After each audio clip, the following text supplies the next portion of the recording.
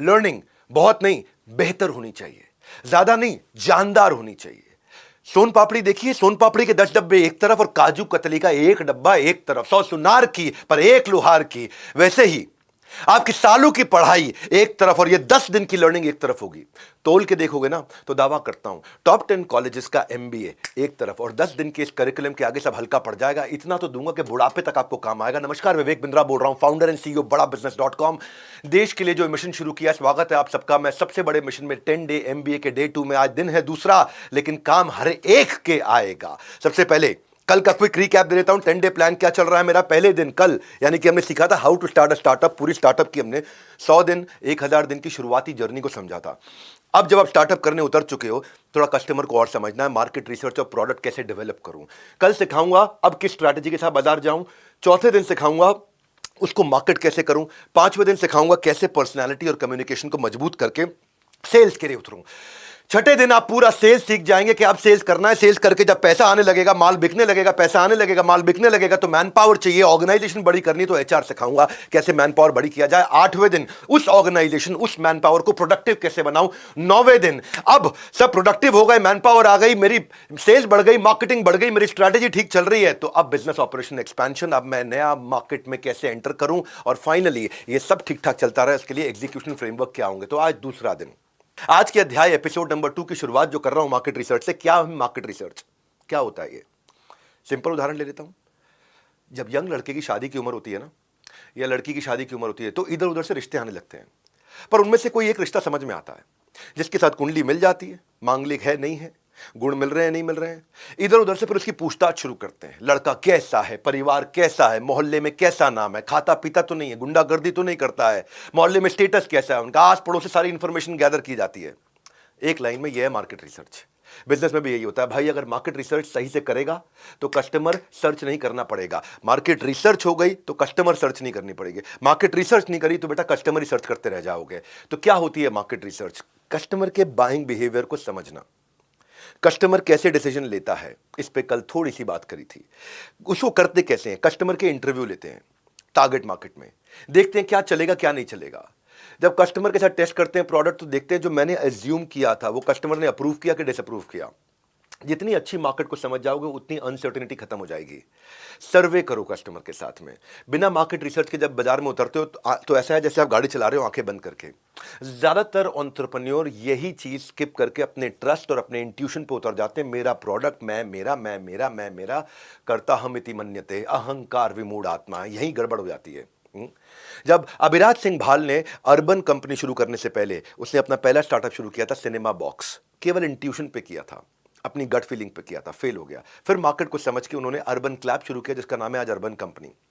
हमने भी जब बड़ा बिजनेस शुरू किया तो हमने देखा कि हिंदी में रिलेटेबल, अंडरस्टैंडेबल एंटरप्रेन्योर के लिए फिजिकल डिजिटल कंटेंट देना चाहिए। मार्केट रिसर्च क्यों चाहिए? तो ताकि ये समझ में आए क्या आपके प्रोडक्ट की जरूरत भी है कि नहीं है, कितने लोग आपके प्रोडक्ट खरीदेंगे, वो उनकी क्या उम्र है, कहां रहते हैं, क्या इनकम लेवल है, और क्या आपकी मार्केट सैचुरेटेड है, और ऐसी ऑफरिंग क्या बाजार में और भी मिल रही हैं, क्या उन ऑफरिंग के लिए कस्टमर कितना पे कर रहा है, क्या आने वाले समय में मेरे धंधे में कोई थ्रेट तो नहीं है, क्या टेक्नोलॉजी बदल रही है मेरे धंधे के अंदर, क्या कोई नई मार्केट खुलने वाली है, और जो मैं धंधा करने जा रहा हूं इस धंधे को बिल्ड करने के लिए जो मुझे मैन पावर चाहिए, जो स्किल चाहिए, वो अवेलेबल है कि नहीं है। जब ये चीजें समझते हो तो समझने के बाद अब क्या होता है, अब आपको यह समझना जरूरी है, क्या जो आप लॉन्च करने जा रहे हो कस्टमर उसके लिए प्रीपे करने को तैयार है? नहीं दे रहा है, कोई बात नहीं। क्या छोटा डिपॉजिट दे सकता है? नहीं दे रहा है, चलो कोई बात नहीं। क्या एक चिट्ठी में लिख के दे सकता है जब आप प्रोडक्ट लॉन्च करोगे मैं खरीद लूंगा? चलो चिट्ठी भी नहीं दे रहा है, पैसा तो दूर की बात है, डिपॉजिट दूर की बात, चिट्ठी भी नहीं दे रहा है। चलो मुंह जबानी अग्री कर देता है कि आप प्रोडक्ट लॉन्च करो मैं खरीद लूंगा, मुंह जबानी भी नहीं अग्री कर रहा। चाहिए चलो इतना ही बोल दे कम से कम, क्या जब आप लॉन्च करोगे अच्छा लगा तो ले लूंगा। अगर ये सब बातें अभी ना है तो उसका मतलब हो सकता है आप कोई गलती कर रहे हो। रिसर्च के बिना एसओपीज होते हैं। एक एग्जांपल से समझाता हूं। जब हनुमान जी भगवान राम का मैसेज लेकर के लंका पहुंचे सीता माता से मिलने के लिए, तो उन्होंने अपना काम तो किया, लेकिन वहां पूरी रिसर्च करके आए थे। रावण की शक्ति का पूरा अनुमान लगाया था। पहले ऊपर से घूम के पूरा ज्योग्राफिकल लोकेशन देख लिया उन्होंने कि सोने की लंका कैसी है। सेकंड स्टेप में उन्होंने रावण की सेना में जो बड़े लीडर्स थे, मेघनाद, उसके साथ थोड़ा बहुत युद्ध करके शक्ति को भी परख लिया, एनालाइज कर लिया। तीसरे स्टेप में उन्होंने रावण को खुलेआम चुनौती देकर उसके रिएक्शंस को भी ऑब्जर्व कर लिया। तो हनुमान जी पूरी तैयारी करके आए थे। जब हनुमान वापस श्री राम से आकर के मिले तो उनको सारी strength, weakness, opportunity, threat point wise explain कर दिया और वो इन्फॉर्मेशन के प्रोज एंड कॉन्स के बेसिस पे अपनी स्ट्रैटेजी बनाई। आपको भी अगर अपने बिजनेस में विजय चाहिए तो हनुमान जी की तरह थोड़ा समझना पड़ेगा कितनी तरह की रिसर्च होती है। पहला ले लेते हैं प्राइमरी रिसर्च। प्राइमरी मतलब सीधा सीधा फर्स्ट हैंड कस्टमर से डायरेक्टली रूबरू होकर जानना, चाहे इंटरव्यू करके, ऑनलाइन या फिजिकली या फोन पे बात करके। कस्टमर के घर तक पहुंचना, देखना, उनको इंटरव्यू करना। लेगो का एग्जाम्पल देता हूं, आज बहुत सारी कहानियां की स्टडीज दूंगा आपको। लेगो क्या है? लेगो जानते हो, ब्रिक बनाने वाली छोटे छोटे बच्चों के खिलौनों की कंपनी होती है, बहुत चलती है। लेकिन लेगो के जो टॉयज होते हैं वो लड़के खरीदते हैं। गाड़ी बनाना, मकान बनाना, बिल्डिंग बनाना, वो सब लड़के खरीदते, लड़कियां नहीं खरीदती थी। तो लेगो परेशान था। लेगो गया मार्केट रिसर्च करने, लड़कियां क्यों नहीं खरीद रही भाई? उनके यहाँ 91% लड़के खरीद रहे हैं, 9% लड़कियां खरीद रही हैं। तो उन्होंने 3,500 लड़कियों के साथ में रिसर्च किया और समझा उनकी हैबिट्स को, उनको क्वेश्चन किया, उनकी माओं को क्वेश्चन किया, बच्चों को क्वेश्चन किया, टीचर्स को क्वेश्चन किया और तब एक नया सीरीज लेकर के आए, फ्रेंड्स। ये फ्रेंड्स सीरीज वो लड़कियों के लिए लेकर के आए जिसमें pink, green, lemon, neon, fluorescent, vibrant colour के साथ में ब्रिक कलर हुआ करते थे पहले, ईंटों वाला कलर, वो हटा करके 45 female figurines, accessories, hair band, purse, ये सब लॉन्च किए उन्होंने। और क्या हुआ? 45% ऑडियंस इनकी लड़कियां बन गई, अचानक धंधा ग्रो कर गया। ये था प्राइमरी रिसर्च। इसके बाद होता सेकेंडरी रिसर्च। आप डायरेक्ट कस्टमर से नहीं पूछ रहे, लेकिन किताब, न्यूज़पेपर, गवर्नमेंट रिपोर्ट, कोई वेबसाइट पे, कोई डेटा, कोई टेलीफोन डायरेक्टरी से, कोई पब्लिक स्पीकर से, कोई बजट से, कोई प्रेस कॉन्फ्रेंस से, कोई ट्रेड एसोसिएशन से, कोई रिसर्च एसोसिएशन से, कोई फाइनेंशियल इंस्टीट्यूशन से, कोई बैंक से। यानी कि कस्टमर से बात नहीं हो रही, दूसरों से बात हो रही है। फिर तीसरा तरीका है, आप ये देखो कि ब्रांड एडवोकेसी चेक करो, कितने कस्टमर ऐसे हैं जो आपके ब्रांड को रेकमेंड कर रहे हैं। टोटल कस्टमर में से कितने कस्टमर रेकमेंड कर रहे हैं, कितने कस्टमर टोटल बाजार में से आपको सीरियस मानते हैं, उसको बोलते हैं ब्रांड अवेयरनेस। फिर है ब्रांड लॉयल्टी, कितने कस्टमर ऐसे हैं जो आपके साथ लंबे समय तक टिका रहना चाहते हैं। फिर है ब्रांड पेनिट्रेशन, के परसेंटेज ऑफ टारगेट मार्केट में आपको कितने लोग लेना चाहते हैं। मान लो 100 कस्टमर है, उनमें से आपका माल लेने वाले कितने हैं। फिर है ब्रांड परसेप्शन। ब्रांड परसेप्शन है क्या आप में क्या अलग देख रहा है कस्टमर के 100 को छोड़ के आपसे लेगा। फिर है ब्रांड वैल्यू। ब्रांड वैल्यू का मतलब है कि आपको एक्स्ट्रा पे करने को तैयार है कस्टमर। जैसे एप्पल है, एप्पल को बाकी सारे मोबाइल के मुकाबले आज कस्टमर एक्स्ट्रा पे करने को तैयार है, उसको बोलते हैं ब्रांड वैल्यू। तो ये मैं अलग अलग तरीके के मार्केट रिसर्च समझा रहा हूं आपको। ये पूरे के पूरे आज के एमबीए के सेकंड डे में आपको बहुत कुछ समझ में आएगा। इसको इजी भाषा में भी समझाता हूं। एक होता है कैंपेन की इफेक्टिवनेस। देखो 2005-6 में वॉलमार्ट ने बहुत बड़ी गलती कर दी थी। क्या गलती किया? वॉलमार्ट ने एक बड़ा डाउनटर्न फेस किया था कि फुटफॉल खत्म हो गया, लोग आना बंद कर दिए। तो उसका रीजन क्या था? उस वॉलमार्ट ने कैंपेन इफेक्टिवनेस में जो रिसर्च किया, उसने देखा कि उसने लिखा एवरीडे लो प्राइस। एवरीडे लो प्राइस से गड़बड़ क्या हुई? लोग कहते हैं यार ये तो चीप है, बैड है, शेमफुल है। कैंपेन चेंज किया, सेव मनी लिव बेटर, वो थोड़ा रिस्पेक्टफुल हो गया। बड़ा फर्क आया। 2010 आते आते वॉलमार्ट वर्ल्ड की लार्जेस्ट पब्लिक कॉर्पोरेशन हो गई थी बाय रेवेन्यू, फोर्ब्स ग्लोबल ने बताया था ये। कस्टमर ने रिस्पॉन्ड इसलिए किया क्योंकि कस्टमर को अब विश्वास हो गया था ये मेरे गोल अचीव करने में मदद कर रहे हैं। और गोल क्या था? इकोनॉमिकल और रिस्पेक्टफुल फील कराना। अभी बस 4 पॉइंटर बताए हैं। खाली तो नहीं बैठे हो भाई लोग, नोट्स बना रहे हो कि नहीं बना रहे हो? क्योंकि सेशन एंड होते ही आपको टेस्ट देना है और 75% आएगा तो आप एमबीए सर्टिफाई होंगे। तो 5वां point, purchase path. Purchase path मतलब कि जो कस्टमर खरीद रहा है उसके पेन्स और गैप्स को खरीदते वक्त एक्सपीरियंस करो। परचेज पाथ को थोड़ी देर में दोबारा कवर करूंगा, जो उसके टच पॉइंट्स उसे कवर करूं। जब खरीद रहा है तो वो क्यों नहीं खरीद रहा है। एक आफ्टर शेव लोशन और परफ्यूम आया करता था ओल्ड स्पाइस का, आज से बहुत साल पहले। 70 साल पुराना ब्रांड है और लोग उसको बहुत पसंद करते थे। उस समय बहुत बड़ा ब्रांड होता था ओल्ड स्पाइस, पर सेल्स इनकी नीचे गिरती गई गिरती गई गिरती गई। तो ब्रांड ने क्या सोचा? मार्केट सर्वे करते हैं। जब मार्केट सर्वे किया तो जो प्रॉस्पेक्ट थे, जो कस्टमर थे, उन्होंने बताया ये ना मेरे दादाजी का ब्रांड है, मेरे दादाजी इस्तेमाल करते थे, तो इसकी खुशबू सूंघ के मुझे दादाजी की याद आती है। हाँ, it smells like a grandpa, it smells like my grandpa. तो इनको समझ में आया, हाँ यार ब्रांड इतना पुराना है, खुशबू आज भी वही है, इन दादाजी को खुशबू सूंघी थी, आज भी वो स्मेल इसके दिमाग में रह गई है। तो उन्होंने क्या नया कैंपेन लॉन्च किया कि अगर आपके दादाजी ने लगाया नहीं होता ना और दादी जी को पटाया नहीं होता तो तुम पैदा नहीं होते बेटा। हाँ, तो थोड़ा मजाक करके कैंपेन चेंज किया और क्या बोला? इट स्मेल्स लाइक ग्रैंडपा से कर दिया smells like a man, a man. Sale 27% अगले क्वार्टर में बढ़ी। क्यों? क्योंकि समझे कि गड़बड़ क्या थी। अगर आपको भविष्य को जीतना है तो आपको इतिहास को थोड़ा जानना पड़ेगा। मैं और आसान तरीके बताता हूँ, कई सारे तरीके बताऊंगा कि मार्केट को समझा कैसे जाता है। एक company called Starbucks, Starbucks largest coffee house chain है, आप जानते हैं। पिछले 12 सालों में स्टारबक्स ने एक मॉडल शुरू किया मिस्ट्री शॉपिंग, मार्केट को समझने का। मिस्ट्री शॉपिंग क्या होता है? मिस्ट्री शॉपिंग होता है, ये इन्होंने एक टीम बनाई और वो टीम इनके स्टोर पे जाती है, और वो टीम आउटसोर्स टीम है, बाहर की टीम है। जैसे पुराने समय में राजा महाराजा हुआ करते थे ना, वो भेष बदल के प्रजा के बीच में जाके चेक करते थे प्रजा सुखी है कि नहीं। ऐसे ही भेष बदल के ये टीम को भेजते हैं, जो जाकर के एक एक एक आउटलेट पे 4 बार जाएगी। एक सुबह के टाइम पे और फीडबैक नोट करते रहेगी चुपचाप। दूसरा, जब शाम को आउटलेट बंद हो रहा हो। तीसरा, जब आउटलेट बहुत बिजी हो। चौथा, जब आउटलेट एकदम खाली पड़ा हो। तो 4 समय पे अलग अलग जाते हैं और जाकर के वहां की क्लीनलीनेस चेक करते हैं, पार्किंग चेक करते हैं, अंदर का बाथरूम हाइजीन चेक करते हैं, स्टोर हाइजीन चेक करते हैं, देखते हैं पेस्ट्री फूड वगैरह ठीक से लेबल लगा है कि नहीं लगा, चेक करते हैं कि काउंटर क्लटर फ्री है या काउंटर थोड़ा गंदा हो गया है, चेक करते हैं कि एंट्री पे वेलकम किया कि नहीं किया गया स्टारबक्स में। मेरे को तो नोट्स बनाते रहते हैं, नोट्स बनाते रहते हैं। एग्जिट पर निकलते वक्त देखते हैं कि भाई स्टारबक्स की टीम ने मुझे थैंक यू बोला कि नहीं बोला। ये खाली बैठा हुआ हूं मैं तो कोई आके ऑर्डर ले रहा नहीं ले रहा, ऑर्डर को रिफिल को पूछा कि नहीं पूछा, स्माइल कितना किया, मेरा नाम याद रह गया नहीं रह गया, कितने कर्टियस हेल्पफुल है, टर्न अराउंड टाइम चेक करते हैं, कितनी जल्दी ऑर्डर मेरा फुलफिल हो रहा है, स्टाफ का बिहेवियर चेक करते हैं। तो स्टारबक्स जो है ना, ये भी कहता है कि जो टीम है उसको बोलते हैं जब बहुत ज़्यादा भीड़ हो ना तो गलत क्रेडिट कार्ड पकड़ा देना, तो सामने वाला झुंझुलाएगा। नहीं झुंझुलाया तो एक काम करो, एक नॉन फंक्शनल डेबिट कार्ड दे दो। अब तीसरे में फिर कैश देना हो तो $1 का खर्चा हो या $2 का खर्चा हो तो $100 का नोट देना। देखो कैसे बिहेव करते हैं।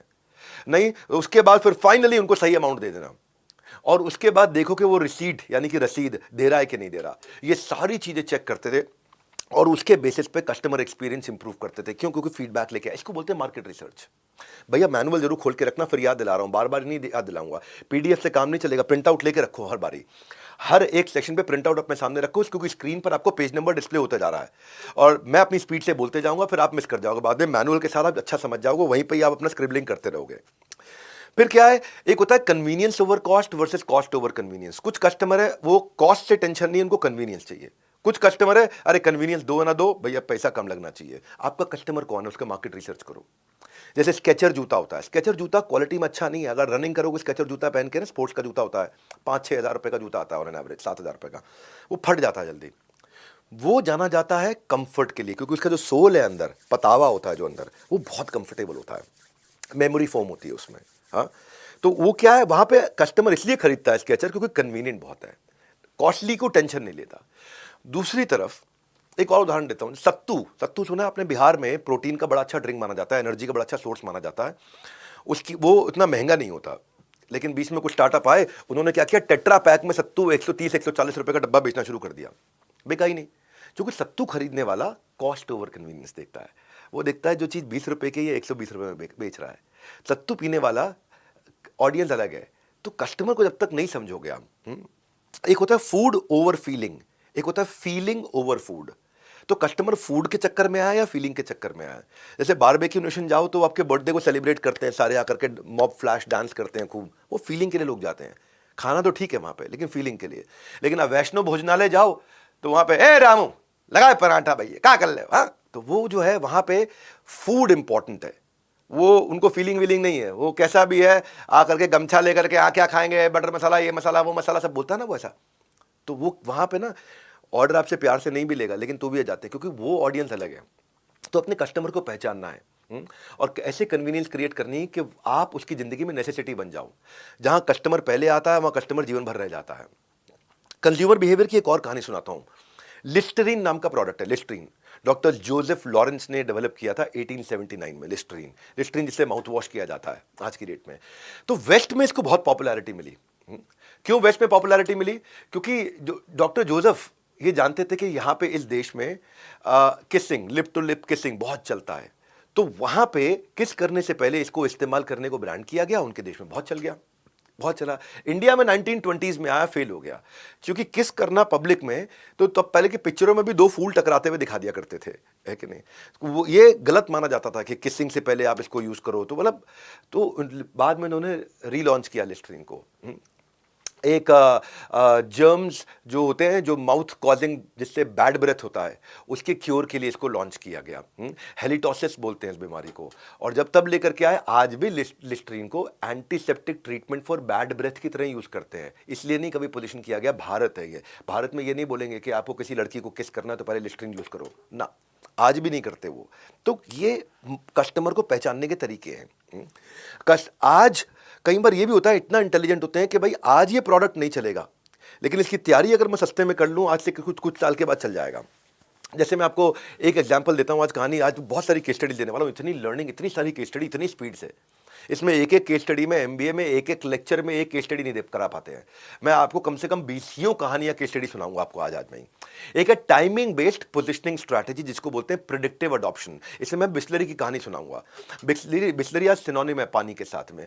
बिस्लरी, सिग्नर बिस्लरी नाम के आदमी ने लॉन्च किया था, इटालियन केमिस्ट था, बाद में बिजनेसमैन बन गया था, इटालियन केमिस्ट है। और उस समय इसको उन्होंने लॉन्च किया था कि अल्कोहल की रेमेडी थी कि हैंगओवर हो जाए तो बिस्लरी पी लो, क्योंकि इसके अंदर सिंकोना हुआ करता था, जो हर्ब्स एंड आयरन सॉल्ट्स के साथ हुआ करता था। जब इंडिया लेकर के आए कि भाई तुम्हारे को शराब पीने के बाद हैंगओवर हो तो बिस्लरी पी लो, तो फ्लॉप हो गया। क्यों? क्योंकि इंडिया में तो शराब पीते हैं चढ़ाने के लिए, कि भाई चढ़ नहीं रही, मेरे को थोड़ा और दे और दे। दुनिया भर में लागर बियर होती है, इंडिया में सुपर स्ट्रांग बियर होती है। इंडिया ऐसा देश है जहां जब तक बियर भी सुपर स्ट्रांग नहीं करो, खरीदेगा नहीं। क्यों? बियर पी के चढ़ी नहीं, शौक के लिए नहीं पी रहा, वो चढ़ाने के लिए पी रहा है। और उन दिनों इंडिया में चाय और पानी चलता था, शराब इतनी चलती भी नहीं थी, तो नशा उतारे किसका वो। तो बिस्लरी का प्लांट सेटअप 1965 में इन्होंने किया। तब इन्होंने बाद में पानी का प्लांट किया 1965 में सेटअप, फिर से फेल हो गया, क्योंकि उस टाइम पे पानी अबंडेंस में अवेलेबल था, लोगों का इम्यून सिस्टम अच्छा था, और लगा क्या पानी कौन खरीदेगा। तो इन्होंने क्या किया, फिर फॉरेन टूरिस्ट को टारगेट करना शुरू किया, 5 स्टार होटल्स को टारगेट करना शुरू किया, रिच एफ्लुएंट फैमिलीज को टारगेट करना शुरू किया, एक्सपेंसिव रेस्टोरेंट को टारगेट करना शुरू किया। बहरहाल ले देकर के नहीं चल पाया, बिस्लरी फ्लॉप हो गया। तब जो मैं बता रहा हूं, कस्टमर का आने वाले बिहेवियर को प्रिडिक्ट करना। 4 लाख रुपए में रमेश चौहान, जो पार्ले के मालिक थे, इन्होंने बहुत सस्ते में वो प्लांट खरीद लिया और बोला कि जब तक मैं पार्ले का डिस्ट्रीब्यूशन नेटवर्क बिल्ड करता रहूंगा, बिस्लरी को ठंडा ठंडा रहने दो, चलने दो। और आगे चल के जैसे ही टाइमिंग बेस्ड पोजिशनिंग स्ट्रैटेजी होगी, तो कस्टमर के बिहेवियर को पहचान गए थे। उन्होंने बिस्लरी की सारी रिसर्च कर ली थी, और लेटर जैसे ही राइट टाइम आया, वाइल्ड फायर की तरह बिस्लरी स्प्रेड हुआ। आज ठंडा मतलब कोका कोला, लाइफ इंश्योरेंस मतलब LIC, मिनरल वाटर मतलब बिस्लरी। पार्ले के साथ में ये रिनाउंड ब्रांड बन गया, और इतना रिनाउंड हो गया कि बाद में बेलसरी, ब्रेसली, ऐसे अलग अलग प्रकार के फेक प्रोडक्ट भी बिस्लरी के आने लगे। देखो, फेक भी उसी का आता है जिसका बहुत नाम हो जाता है। तो कस्टमर को पहचानने के अलग अलग तरीके बता रहा हूं। आपको पास कौन सा काम आएगा, ये पूरी नॉलेज होनी जरूरी है, ये कहानियां समझनी जरूरी है, ब्रांड्स कैसे ग्रो करें वो कहानियां समझनी जरूरी है, जिनमें से कोई चीज़ आप पिकअप करोगे। देखो, एक ब्रांड है fair and lovely. Fair and lovely पहले विटामिन फॉर्मूला क्रीम की तरह 1970s में इंडिया में आया, और अवेयरनेस किसी को थी नहीं विटामिन क्रीम की। विटामिन C चेहरे पे लगाया जाता है, विटामिन C कंज्यूम भी किया जाता है बॉडी के अंदर, और चेहरे पे भी बहुत लगाया जाता है, लेकिन लोगों को पता ही नहीं थी ये। और 1970s में किसको पता था विटामिन फॉर्मूला, तो ये नहीं चल पाया। और इंडियन उन दिनों इन्होंने ऑब्जर्व किया, मार्केट रिसर्च किया, और समझ में आया कि इंडिया में गोरा दिखना कितना इंपॉर्टेंट है, कि काली लड़की अगर हो तो उसकी शादी नहीं होती, नौकरी नहीं लगती, कॉन्फिडेंस नहीं रहता। बल्कि इतना ऑब्सेशन था कि हमारे यहां तो बच्चे भी गुड़िया गोरी खरीदते हैं, काली नहीं खरीदते। इनफैक्ट जब बच्चे कैरम भी खेलते हैं तो कैरम में काली गोटी के 10 नंबर और सफेद गोटी के 20 नंबर होते थे। इन्होंने बॉलीवुड को स्टडी किया, बॉलीवुड में देखा ऑब्सेशन विद फेयर स्किन इतना ज्यादा था कि गाने भी ऐसे ही बनते थे, ये चांद सा रोशन चेहरा, जुल्फों का रंग, जैसे गोरी तेरा गाँव बड़ा प्यारा, मैं तो गोरी तेरा गाँव बड़ा प्यारा, हाँ गोरे रंग पे ना इतना गुमान कर, गोरी है कलाइयाँ। गाने भी वैसे ही बनते थे, हम काले हैं तो क्या हुआ दिल वाले। मतलब इतना आदमी मरे जा रहा है कि उसको एक्सप्लेन करना पड़ रहा है, जस्टिफाई करना पड़ रहा है। ओ गोरी गोरी ओ बाकी छोरी कभी मेरी गल, तो कितने सारे गाने। वो उन्होंने जब वो देखा ये कि गोरिया रे मेरा दिल चुरा, मैं गोरी पे याद करूं तो कितने गाने मैंने बचपन में सुने हैं। हाँ, गोरिया चुराना मेरा चुरा के दिल मेरा, गोरिया चली। तो फेयर एंड लवली को समझ में आया कि फेयरनेस डार्क कंप्लेक्शन के ऊपर कितना ज्यादा इंपॉर्टेंट है, तो विटामिन फॉर्मूला क्रीम का नाम बदल के फेयर एंड लवली क्रीम रख दिया। इतना मैसिव हिट हुआ, इतना मैसिव हिट हुआ कि यूनिलीवर ने बाद में मेलानिन सप्रेसर, जो एक मेलानिन जिससे गोरापन रहता है, उस केमिकल को फेयर एंड लवली के साथ में पेटेंट इन्होंने करा लिया। और 80% मार्केट शेयर फेयरनेस क्रीम का कैप्चर कर लिया। बाद में multi vitamin, anti marks, winter care, natural glow, Ayurveda, sun protection, fair, कितने सब में घुस गए। लेकिन एक समय आया कि किसी एक लड़की ने बैंगलोर में इनके ऊपर केस कर दिया, और इनके ऊपर ऑनलाइन बैकलैश बहुत आया, रेसिज्म का बैकलैश आया, कि गोरे काले में भेद करने का बैकलैश आया। यूनिलीवर ने बाद में फेयर वर्ड ड्रॉप किया फेयर एंड लवली से, ब्लैक इज ब्यूटीफुल कैंपेन लेकर के आया। तो जैसे जैसे मार्केट बदली वैसे वैसे बदले, तो फेयर एंड लवली का नाम बदल के कर दिया उन्होंने ग्लो एंड लवली। तो कैसे कैसे मार्केट को समझा, और तब भी बहुत आगे रहे, आज भी बहुत आगे हैं। एक बात आपको बता देता हूं, बीच बीच में याद जरूर दिलाऊंगा कि महंगी चीज़ों पर जितना डिस्काउंट लगा दो महंगी लगती हैं। 50% डिस्काउंट के बाद भी ज़ारा की जैकेट महंगी लगती है, लोगों की जेब ठंडी कर देती है। नाइकी के एक जूते में महीने की सैलरी खराब हो जाती है।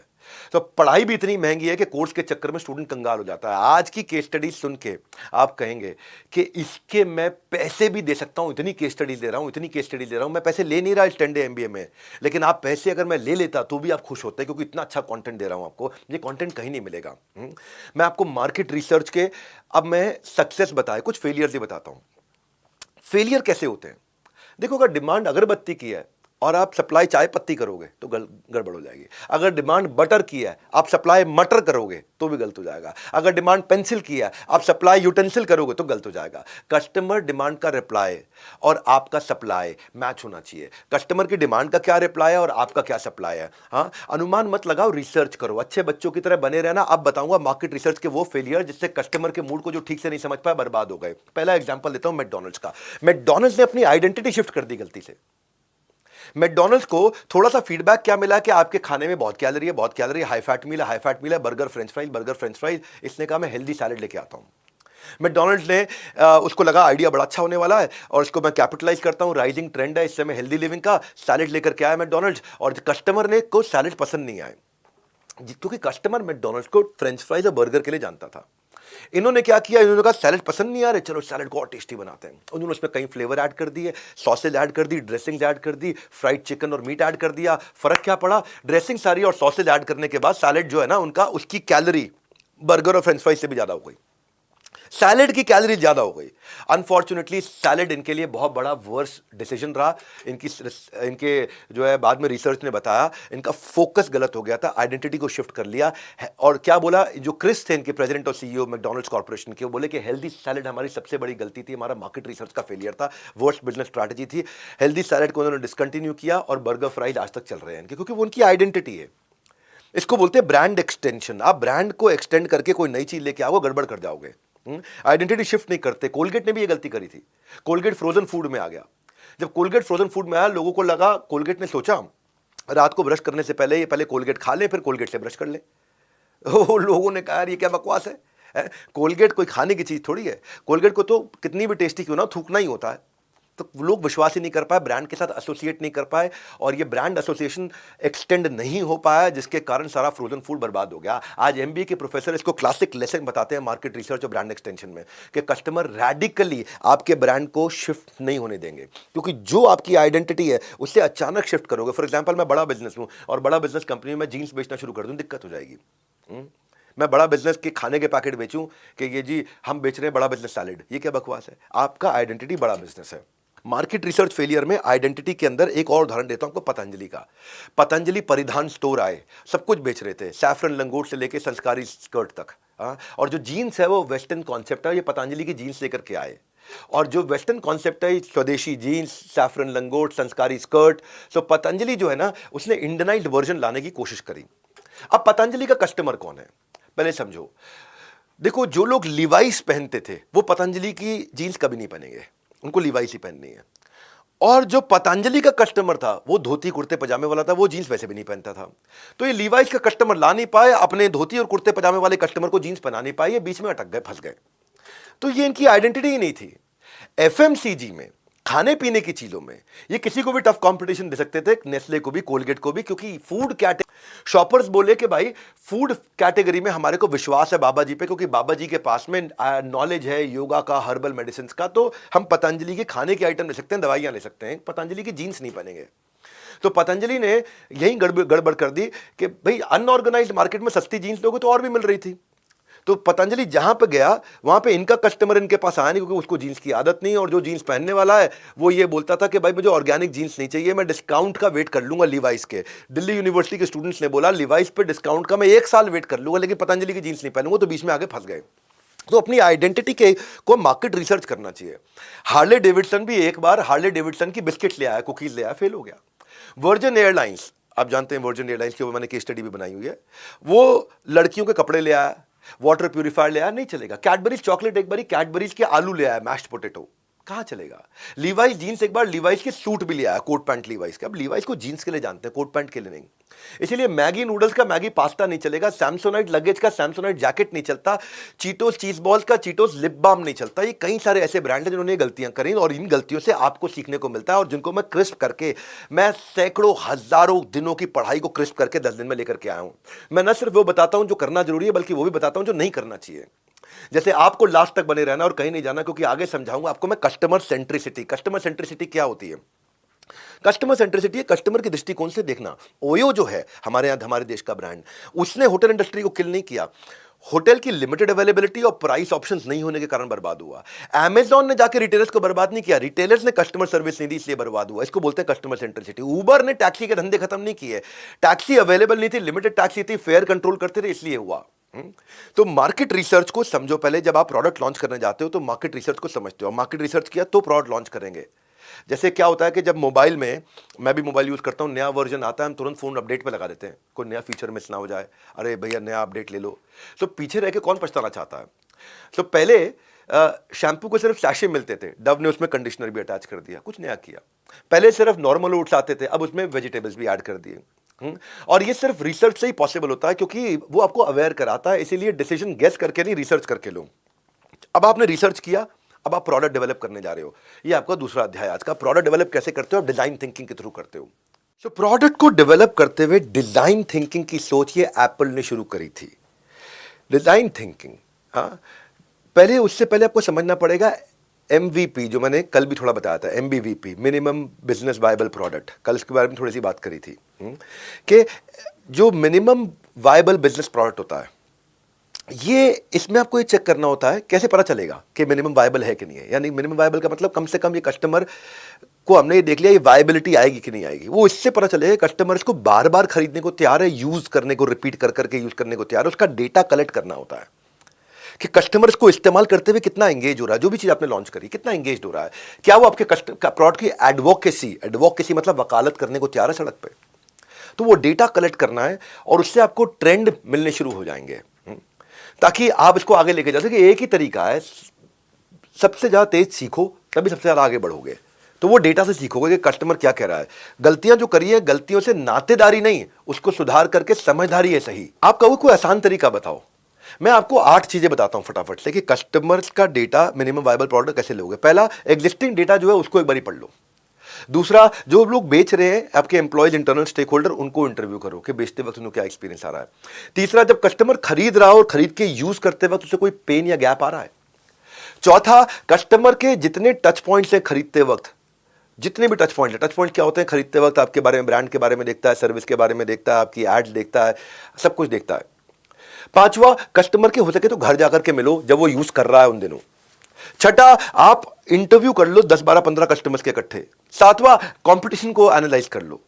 आठवां, फीडबैक फॉर्म्स लो। फीडबैक फॉर्म्स कैसे लोगे? फीडबैक लोगे आप यूजर की रेटिंग से ले सकते हो, यूजर के एंगेजमेंट से, ऐप कितनी डाउनलोड हो रही है, रिटेंशन, रीपरचेज कैसा है, जितने यूजर हैं उनमें से कितने यूजर एक्टिव हैं। जैसे मान लो आपके पास में 10,000 कस्टमर है, 10,000 में से एक्टिव कस्टमर कितने हैं जो बार बार आते हैं, उसमें से पेइंग कस्टमर कितने हैं, और एवरेज रेवेन्यू कस्टमर कितना आ रहा है। ये सब जब आप डेटा चेक करते हो ना, मैं भी इसको अपनी ऑर्गेनाइजेशन में भी किया। मैंने एक BB कोच लॉन्च किया था, बड़ा बिजनेस कोच, जिसमें आज डॉक्टर विवेक बिंद्रा लॉन्च किया था।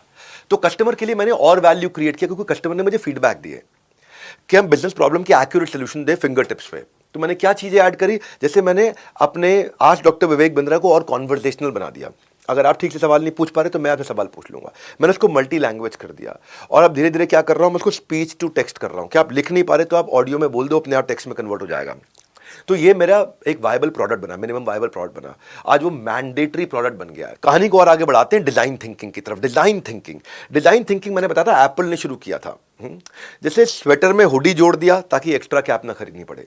जैसे फूड आउटलेट्स ने माइक्रोवेव कंटेनर के अंदर खाना डिलीवर करना शुरू कर दिया ताकि खाना गर्म का गर्म मिल जाए, हाँ, आपको एक्स्ट्रा तकलीफ ना लेनी पड़े। हाँ, जैसे डिजाइन में कस्टमर की कन्वीनियंस का जब गुण होगा तो डिमांड 2 गुना होगा, आपका डिमांड बढ़ जाएगा। हाँ, तो डिजाइन थिंकिंग मतलब एम्पैथी के साथ सोचना। एम्पैथी के साथ समझना डिजाइन थिंकिंग को। जो स्टीव जॉब्स कहते थे डिजाइन ये नहीं है कि क्या दिख रहा है, डिजाइन का मतलब है काम कैसे करता है प्रोडक्ट, काम कैसे करता है प्रोडक्ट है क्या। कई लोग डिजाइन को खाली डिजाइन समझते हैं, बाहरी डिजाइन।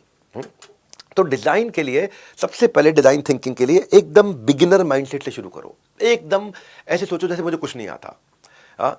तो उसमें अपने आप से सवाल करो, अजम्पशंस के साथ मत चलो, खूब सवाल करो। सवाल करने का तरीका क्या है, इसको बोलते हैं why why analysis. Why why why why, जितना वाई वाई एनालिसिस, ये क्यों हुआ, ये क्यों हुआ, ये क्यों हुआ, इसका वाई, वेयर, हु, व्हेन, ये सब जब चीज़ें अपने आप से सवाल करना शुरू करोगे तो समझोगे कस्टमर का बर्निंग प्रॉब्लम क्या है और उसको कैसे सॉल्व करूँ कि कस्टमर मेरे बिना ना सॉल्व कर पाए कभी भी। तो ये आप प्रॉब्लम जब तक पूरी तरह एस्टैब्लिश नहीं होगी बात बनेगी नहीं। फोकस यूजर रहना चाहिए आपका, यूजर को सेंटर में रखना है, कस्टमर को सेंटर में रखना है। तो फिर से बताता हूं आपको इस चैप्टर का लेसन क्या है, वाई वाई। जितना जरा पूछोगे ये क्यों क्यों क्यों क्यों क्यों क्यों, तो एक्चुअली कारण के पीछे का कारण, रीजन के पीछे का रीजन। एग्जाम्पल से समझाता हूं आपको, बिना एग्जाम्पल के बाद समझाने में मजा नहीं आएगा। जैसे हमने सोचा कि हम यंगस्टर्स के लिए, लड़कियों के लिए कोई फूड प्रोडक्ट, फूड रेंज बनाना चाहते हैं, पर पहले हमने जाकर देखा उनकी लाइफ कैसी है। तो हमने क्या देखा, एक लड़की को लिया तो वो हेल्दी खाना नहीं खा रही। तो आपका सवाल होना चाहिए भाई हेल्दी खाना क्यों नहीं खा रही। तो जवाब में क्या पता चला, क्योंकि वो टेक अवे से मंगाती है, रेस्टोरेंट से मंगाती है। अब आपको अगला सवाल क्या होना चाहिए, रेस्टोरेंट से क्यों मंगाती है भाई, फिर से भाई, रेस्टोरेंट से क्यों मंगाती है, क्योंकि उसका फ्रिज और कबर्ड खाली पड़ा हुआ है, उसके पास खाने को है ही नहीं घर पे, इसलिए रेस्टोरेंट से मंगाती है। तो अगला सवाल क्या आना चाहिए, उसका फ्रिज और कबर्ड खाली क्यों है, वाई। ओहो, उसका फ्रिज और कबर्ड खाली इसलिए है क्योंकि वो ग्रोसरी की शॉपिंग के लिए जा नहीं पा रही है। तो अगला सवाल क्या होना चाहिए, ग्रोसरी की शॉपिंग के लिए क्यों नहीं जा रही है। तो पता चला कि ग्रोसरी की शॉपिंग के लिए इसलिए नहीं जा रही क्योंकि उसके पास सुपरमार्केट जाने का टाइम ही नहीं है। तो अगला सवाल क्या होना चाहिए, सुपरमार्केट पे जाने का टाइम क्यों नहीं है। तो जवाब आया क्योंकि उसके वर्क आवर्स बहुत लंबे हैं। तो जब आपने 4 5 6 बार वाई वाई किया तो रूट कॉज समझ में आया, लैक ऑफ टाइम। तो सोल्यूशन क्या होगा, एफिशिएंसी एंड कन्वीनियंस। तो अब प्रोडक्ट लॉन्च करेंगे हम। तो फाइनल स्टेटमेंट क्या होगा, working professional needs quick convenient solution for eating healthy. तो सोल्यूशन निकल कर क्या आया, इसको बोलते हैं वाई वाई। जितना जरा सवाल करोगे, कस्टमर एम्पैथी उतनी समझ पाओगे। ये लगे रहना मेरे साथ में। आज का सेशन थोड़ा 1.5 घंटे से लंबा लूंगा क्योंकि आज मैं स्टोरीज ज्यादा दे रहा हूं, इसलिए आपको कह रहा हूं भागने में नुकसान है, भाग लेने में, भाग लेना मतलब पार्टिसिपेट करना, और भाग जाना, भाग लेने में बहुत फायदा है आपका। कर रहा हूं मैं आपके फायदे की बात, सीख लिया, सुधर जाएंगे सारे हालात। तो जब ये वाई वाई एनालिसिस कर रहे हो तो सोल्यूशन पे आइडिएट करो, ब्रेनस्टॉर्म करो टीम के साथ, क्या सोल्यूशन होना चाहिए, अकेले मत करो। Best worst idea contest run कर दो अपनी टीम में। स्टोरी बोर्डिंग करो, पूरी स्टोरी बोर्डिंग करो, कस्टमर ऐसे खरीदेगा, ऐसे यूज करेगा, ऐसे इस्तेमाल करेगा, उसको ये मजा आएगा, ये नुकसान होगा, ये फायदा होगा। अपनी अजम्पशंस को सवाल करो, अपनी अजम्पशंस को क्वेश्चन करो। जो आपने अज्यूम किया है ये लॉन्च करूंगा, उसको भी सवाल करो, उसको भी खूब सवाल उठाओ, उसके ऊपर भी देखो कि where can I go wrong, मैं कहां गलती कर सकता हूं, कस्टमर को सेंटर में रख के। तो जब आप प्रोटोटाइप बना लोगे ना, फिर उसके बाद छोटे से कस्टमर बेस के साथ या अपनी टीम के साथ उसको शेयर करो। ये एक्सपेरिमेंटल फेज है आपका। हाँ, हो सकता है एक्सेप्ट हो सकता है रिजेक्ट हो सकता है इंप्रूव करना, हो सकता है री एग्जामिन करना हो। तो ये गाइडलाइंस हैं आपके लिए लेकिन ये नहीं है कि बैठे रह जाऊं, शुरू कर दो बनाना।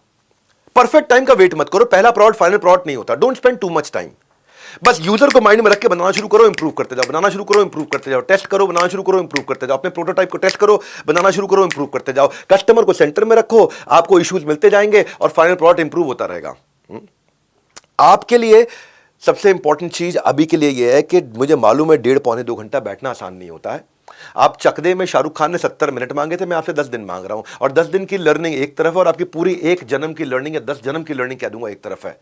हाँ, तो जब आप बनाते हो, जब आप ये डिजाइन थिंकिंग करते हो, मैं आपको एक इससे कोई स्टोरी सुनाता हूं। आपको एयरबीएनबी की कहानी से शुरू करता हूं। एयरबीएनबी क्या है आपको पता है, हमारे जैसे ओयो है, थोड़ा सा डिफरेंट मॉडल है पर सिमिलर चीज है।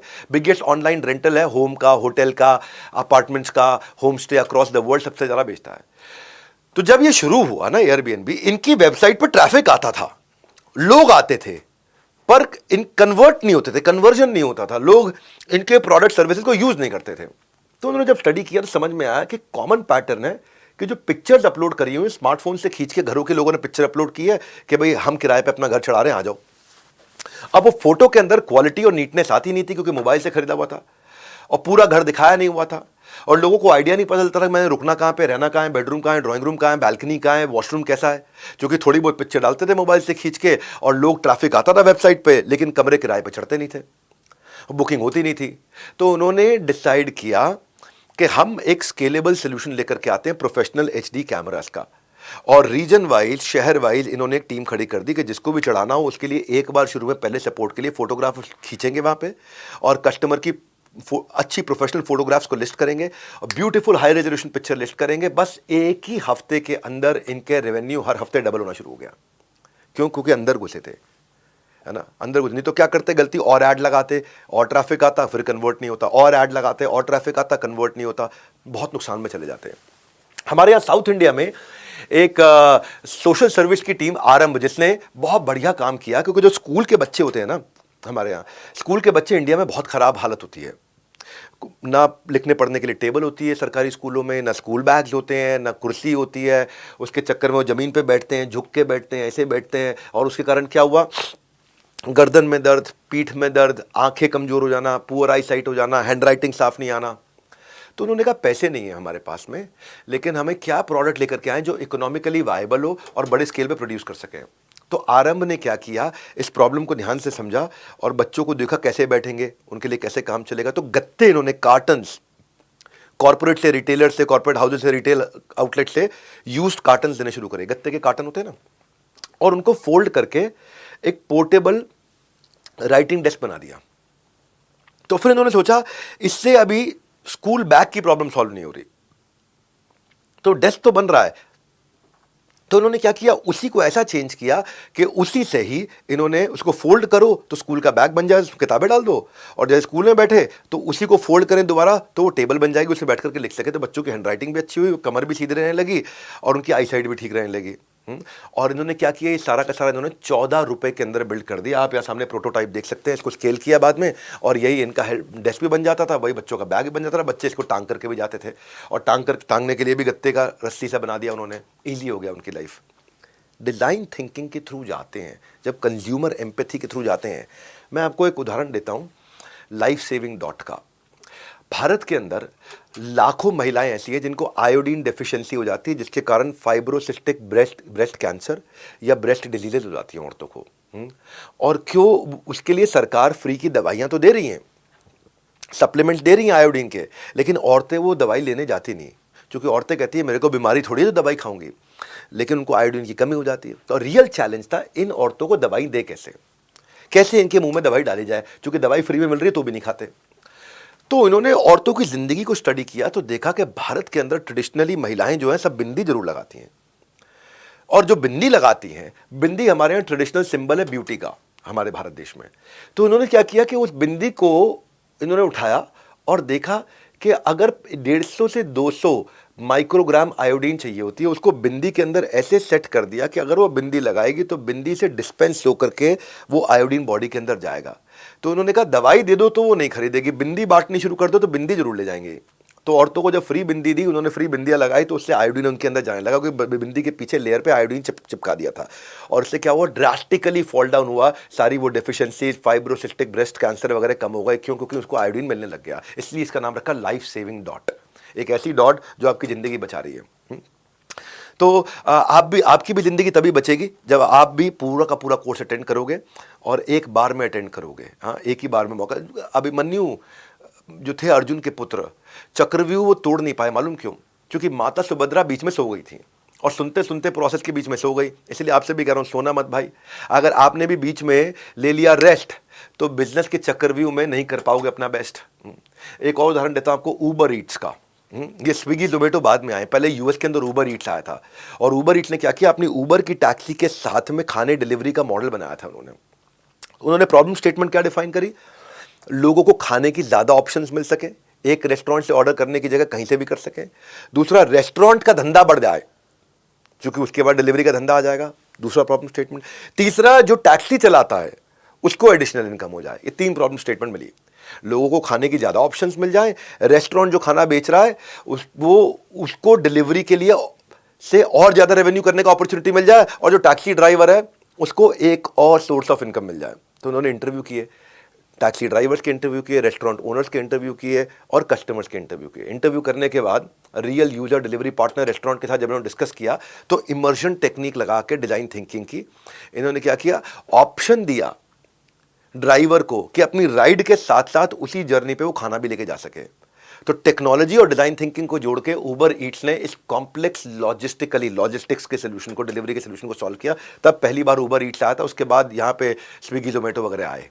ये डिजाइन थिंकिंग ऐसा अद्भुत कॉन्सेप्ट है ना कि आपने अपने प्रोडक्ट को नहीं बदला लेकिन सर्विस की छोटी सी चीज बदली। मेरी अगली कहानी में पिल पैक दवाई घर पे भेजने वाली एक कंपनी थी और बाद में एक छोटे से इंप्रूवमेंट के कारण डिजाइन थिंकिंग के ये कंपनी आज से कई साल पहले $1 बिलियन में बिकी अमेजॉन के पास। पिल पैक जो है दवाई खाने के तरीके को कस्टमर की जिंदगी में घुस के उसको सॉल्व किया। मैं समझाता हूं आपको। हर 7 में से एक आदमी भारत में ऐसा है जो दिन में कम से कम 3 बार दवाई खाता है और उसमें से 40% पेशेंट्स ऐसे हैं जो WHO बताता है जो प्रेस्क्राइब्ड मेडिसिन एग्जैक्टली खाते ही नहीं है, भूल जाते हैं, कुछ छूट जाता है, कुछ मिस हो जाता है। और खासतौर से एक उम्र के बाद जब इंसान बूढ़ा हो जाता है तो उसको सारी दवाइयां याद रखना मुश्किल रहता है। ये उस जर्नी में घुसे पिल पैक। और यंगस्टर्स के लिए कई बार प्योर लेजीनेस होती है कि वो दवाई खाना भूल जाते हैं, मल्टीपल मेडिकेशन का हैसल हो जाता है। तो पिल पैक ऑनलाइन फार्मेसी कंपनी जो कि प्रिस्क्रिप्शन ड्रग्स के कैप्चर करके डिजाइन थिंकिंग अप्रोच से अपनी ब्रांड स्ट्रैटेजी को बदला। इनको बहुत रिव्यूज मिले इनके बिजनेस मॉडल में। क्या चेंज किया था? 2014 के अंदर टाइम्स मैगजीन ने पिल पैक को साल का सबसे अच्छा इन्वेंशन माना था और एक छोटा सा चेंज किया। दवाइयां नहीं बनाई इन्होंने, दवाई खिलाने के तरीके को बदला। इसको अमेजॉन ने $1 बिलियन में 2018 में खरीदा था। क्या किया इन्होंने? DTDPD, बस ये फॉर्मूला था इनका, DTDPD, यानी कि एक छोटा सा पैकेट बनाएंगे और उस छोटे छोटे बहुत सारे पैकेट बनाएंगे और उस पैकेट के अंदर टोटल मिला के 5 चीजें लिखेंगे। पहला डी का मतलब है डे, किस दिन, फॉर एग्जांपल सोमवार के दिन। उसके बाद है टाइम मतलब पैकेट पे लिखा होगा सुबह 8 बजे। फिर लिखा होगा डेट मतलब कि तारीख क्या है उस दिन, 12 अगस्त। फिर लिखा होगा पिल, कौन कौन सी पिल खानी है, उस पिल के नाम होंगे। फिर लिखा होगा डोजेज मतलब कितनी गोलियां खानी है। DTDPD, डे, टाइम, डेट, पिल और डोजेज। ये इन्होंने शॉर्ट करके दवाइयों का पत्ता नहीं भेजा, दवाइयों को काट के छोटे छोटे पैकेट बना करके डोजेज के हिसाब से भेजे। अब इससे आदमी को सारा हैसल खत्म हो गया, कब कौन सी खानी है। आप पिक्चर में देख रहे हैं, इतना इजी कर दिया DTDPD के साथ में, इस फॉर्मूला के साथ में, कि ये कंपनी को केवल दवाई घर पे पहुंचाने के तरीके में छोटे से चेंज के कारण उस समय $1 बिलियन में बिकी। दवाई सारे ही भेज रहे थे, इनके भेजने का तरीका अलग था। मैं अगली कहानी सुनाता हूं कि कैसे कस्टमर के जीवन में घुसे ओरल बी टूथब्रश का बहुत बढ़िया ब्रांड था, लेकिन छोटे बच्चे 90s में ओरल बी का टूथब्रश नहीं खरीदते थे, यूज ही नहीं करते थे और मार्केट इनकी वहां बढ़ी नहीं रही थी। इन्होंने डिस्काउंट दिए तो भी नहीं चला, फ्री गिफ्ट दिए तो भी नहीं चला, स्कीम्स बनाई तो भी नहीं चला, डिजाइन चेंज किए नहीं चला, कूपन साथ में दिए नहीं चला, खूब मार्केटिंग करी, ब्रांडिंग करी, एडवर्टाइजिंग करी, नहीं चला। 23% मार्केट शेयर था इनका बच्चों के लिए और वही 23% के आसपास और भी ब्रांड्स का था। तो ये कहीं आगे नहीं बढ़ पा रहे थे, परेशान थे, रुका हुआ था धंधा, वहीं का वहीं अटका हुआ था। इन्होंने डिजाइन थिंकिंग का प्रिंसिपल अप्लाई किया। डॉक्टर्स को, साइकोलॉजिस्ट को, पेरेंट्स को, पीडियाट्रिशियन यानी कि बच्चों का डॉक्टर, उसको, डेंटिस्ट को और छोटे बच्चों को, इन सबको इंटरव्यू किया। 6 तरह के इंटरव्यू जिन्होंने किए। इंटरव्यू करके समझ में आया कि जो बच्चे के हाथ में ब्रश है, आप ब्रश को ऐसे पकड़ते हो, बच्चा ब्रश को ऐसे पकड़ता है, ऐसे, और ऐसे पकड़ के करता है तो उसको चोट लगती थी, अंदर चोट लगती थी, जोर जोर से लगता था, हम पंचिंग, हर्टिंग होता था दांतों में, या गिर जाता था नीचे। इन्होंने क्या किया, उस ब्रश को छोटा किया, ग्रिप को मोटा किया, कलरफुल किया। जब ग्रिप को मोटा किया तो उसके लिए पकड़ना आसान हो गया बच्चे के लिए। एक छोटे चेंज के कारण, इसी चेंज के कारण जो कि इंटरव्यू करके किया इन्होंने, इसको बोलता हूं मैं डिजाइन थिंकिंग, मार्केट शेयर इनका 23% से 72% हो गया और ओरल भी चैंपियन बन गया। पर चेंज कैसे किया? इस चेंज को अपने हिसाब से, अपने इंट्यूशन पे नहीं किया। आपको भी यही सिखा रहा हूं, अपडेटेड वर्सेस आउटडेटेड। सक्सेस का ऐसा सोर्स कहीं नहीं मिलेगा भाई, सारी दुनिया में 10 दिन वाला MBA ऐसा कोर्स कहीं नहीं मिलेगा। अब मैं आपको अगली कहानी पे लेके जाता हूं, डिजाइन थिंकिंग पे। नाइकी ने क्या किया, दुनिया भर में नाइकी का डंका चल रहा था, खूब डंका बोल रहा था। पर नाइकी ने एक क्या चेंज लेकर के आया, ट्रांसपेरेंट शूज लेके आया, ट्रांसपेरेंट पैनल, जिससे अगर किसी को अपनी सॉक्स का दिखावा करना है कि कौन से ब्रांड के अंदर नाइकी की सॉक्स पहनी है तो वो भी दिखाई पड़ सके। तो पूरा जूता ट्रांसपेरेंट था नाइकी का और वो US में धीरे धीरे फैशन स्टेटमेंट बन गया कि लोगों ने ट्रांसपेरेंट जूते पहनने शुरू कर दिए जिसमें अंदर पैर और अंदर सॉक्स साफ दिखाई पड़ रही थी। अब ये इंडिया में आया, फेल हो गया, क्योंकि इंडिया में लोग छेद वाले मोजे पहनते हैं। इंडिया में कल्चर फैशन से ज्यादा, जो इंडिया में फैशन कल्चर नहीं, किफायत कल्चर है, पैसा बचाना कल्चर है। मौजों में छेद होता है फिर भी पहनते रहते हैं, मौजे पुराने हो गए फिर भी पहनते हैं, मौजे किसको दिखने, मौजे किसको दिखने। हमारे यहाँ कल्चर अलग है भारत में। भारत का कल्चर क्या है, यहाँ पे नया सामान इस्तेमाल करने का कल्चर नहीं है। नया सामान घर में पड़ा तो भी नहीं करेंगे। डिनर सेट तब निकलता है घर पे जब मेहमान आते हैं। नई साड़ी तब पहनूंगे जब किसी की शादी होगी। नया सूट किसी फंक्शन में निकालेंगे। नया पर्स पड़ा हुआ, अरे ये किसी को गिफ्ट करने के लिए काम आ जाएगा। और छेद वाले मौजे वो तो पहनते ही हैं, और जब मौजा और पुराना हो जाता है तो उसको सफाई का कपड़ा बनाने के लिए इस्तेमाल करते हैं। इनफैक्ट अभी कुछ समय पहले किंग चार्ल्स जो है, किंग चार्ल्स 3, उसने भी छेद वाली सॉक्स पहनी थी। लोग खैर बुरा नहीं माने, लोगों ने उसको खैर वही किया, क्या अप्रिशिएट ही किया कि यार ये तो बड़ा कम खर्चीला आदमी है राजा होने के बावजूद भी। तब नाइकी वापस गया और भारत में जब जूते लेकर के आया तो स्वेट एब्जॉर्बेंट शूज़ लेकर के आया, क्योंकि भारत के लोगों को पसीना ज़्यादा आता है, यहाँ पे गर्मी ज़्यादा है, यहाँ हीट ज़्यादा है। केवल नॉर्थ के कुछ हिस्से हैं जहाँ पे 3-4 महीने सर्दी रहती है, वरना पूरे देश में लगभग गर्मी ही रहती है। तो उन्होंने स्वेट एब्जॉर्बेंट शूज़ लेकर के आए। ये क्यों लेकर के आए, कैसे लेकर के आए, इसी को बोलते हैं हम लोग डिज़ाइन थिंकिंग। तो हमने आज के इन अध्यायों में ये समझा कि अब प्रोडक्ट डेवलप कर लिया, प्रोडक्ट डेवलप करने के हमने काफ़ी तैयारी कर ली, तो अब क्या कैटेगरी ठीक है कि नहीं है। कैटेगरी मैनेजमेंट, कैटमैन स्ट्रैटेजी, मेरा तीसरा अध्याय आज का। कैटेगरी मैनेजमेंट को बोलते हैं कैटमैन। देखो, छुट्टियों में जब नानी के घर जाते थे आप कभी, या दादी के घर जाते थे, तो क्या होता था, दादी की तो खैर अपने यहाँ रहती है, नानी के घर जाते थे तो सारे कजन एक कमरे में सोते थे और मम्मी, सारी की सारी मम्मियाँ एक कमरे में सोती थी। रेस्टोरेंट खाने जाओ तो भी यही होता है, वेज वाले सारे एक तरफ हो जाते हैं, नॉन वेज वाले एक तरफ होते हैं। इसको बोलते हैं category, category management. Shopping mall में भी यही होता है, फ्रेश अराइवल अलग जगह पड़ा होता है, डिस्काउंट वाला अलग जगह पड़ा होता है। तो आपको भी अपने प्रोडक्ट की कैटेगरी बनानी है। सब हॉच पॉच ना हो, इसीलिए कैटेगराइज कर देते हैं ताकि मेमोराइज करने में आसानी हो सेलर और बायर को भी। ठीक से बांटोगे नहीं तो फिर मिलेगा नहीं ढंग से। तो कैटेगरी मैनेजमेंट में बेसिकली मैं आपको आज 12 पॉइंट बताने वाला हूं। 12 पॉइंट जिससे आप कैटेगरी डिसाइड करोगे कि इस कैटेगरी में मुझे जाना है कि नहीं जाना। तो पहला पॉइंट, जो प्रोडक्ट आपने डिजाइन थिंकिंग से प्लान किया, क्या आपके रेवेन्यू को, टॉप लाइन को एग्रेसिवली कंट्रीब्यूट करेगा, क्या ये बहुत तेज बिकेगा। दूसरा, अगर हां तो क्या ये आपके प्रॉफिटेबिलिटी को कंट्रीब्यूट करेगा, यानी कि इसमें मार्जिन बच रहा है कि नहीं बच रहा। अगर हां, तीसरा, इसको बनाने में कितना एफर्ट जाएगा, वो एफर्ट मैं लगा सकता हूं कि नहीं लगा सकता हूं, इसको इवैल्यूएट करो। भाई साहब, ये प्रैक्टिकल एमबीए करा रहा हूं मैं, इतनी प्रैक्टिकल एमबीए करा रहा हूं, कोई इस तरह के सवाल नहीं देगा आपको। साथ में मैनुअल दिया है, आप इस मैनुअल का जिंदगी भर इस्तेमाल करोगे, इसको टिक करोगे साथ में मैनुअल में। चौथा, ये जो सब कैटेगरी आप बनाने जा रहे हो, जो नया प्रोडक्ट आप ऐड करने जा रहे हो, ये क्या इसका ये लो क्वालिटी प्रोडक्ट तो नहीं है। ऐसा ना हो कि आपने ये लॉन्च किया, इसके चक्कर में आपके बाकी माल भी बिकने बंद हो जाएं। ये भी हो सकता है कि ये आपने लॉन्च किया और ये इतना खराब निकला, सब क्वालिटी का निकला, लो क्वालिटी, सब स्टैंडर्ड निकला, कि इससे आपका ब्रांड इतना ओवरऑल खराब होगा कि बाकी सामान भी लोगों ने खरीदना बंद कर दिया। हाँ, पांचवा, अब आप ये प्रोडक्ट बना रहे हो ना, बनाते वक्त पांचवा, जो इस माल को बनाने में और बेचने में मुझे मैन पावर चाहिए, क्या वो मैन पावर बाजार में आसानी से अवेलेबल है कि नहीं। छठा, ये जो नया कैटेगरी है, ये मेरी ब्रांड आइडेंटिटी को मैच कर रहा है कि नहीं कर रहा। जैसे मैंने बताया, कोलगेट फ्रोजन फूड में आ गया, मैकडॉनल्ड्स सैलेड्स के अंदर आ गया, नहीं चला। एक दफ़ा ऐसे ही पेप्सी भी ट्रांसपेरेंट पेप्सी लेके आया था एक टाइम पे, वाइट पानी जैसी पेप्सी, 90s की बात कर रहा हूँ, नहीं चला क्योंकि लोगों को कैफीन चाहिए था, ब्लैक पेप्सी चाहिए थी। सातवां, ब्रांड आइडेंटिटी समझ गए आप कि आपकी ब्रांड आइडेंटिटी को मैच करता है नहीं करता। जैसे पतंजलि जीन्स लेके आया, ब्रांड आइडेंटिटी को मैच नहीं करता, जीन्स स्वदेशी लगती ही नहीं नेचर में। सातवां, ये जो नया प्रोडक्ट लेकर के आ रहे हैं, ये आपकी आइडेंटिटी को मैग्नीफाई कर रहा है, ग्लोरीफाई कर रहा है, एम्पलीफाई कर रहा है, आपकी आइडेंटिटी को बढ़ा रहा है या आपकी आइडेंटिटी को खराब कर रहा है।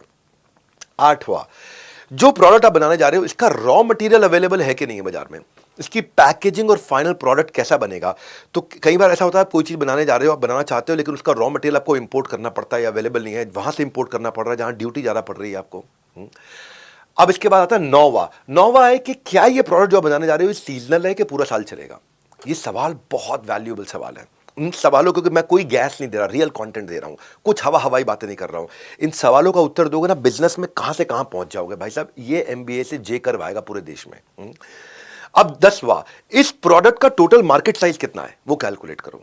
इस प्रोडक्ट को खरीदने वाले ऐसे तो नहीं है कि मछली को पकड़ने वाली जाली बनाने वाली कंपनी का रॉ मटेरियल दूंगा मैं।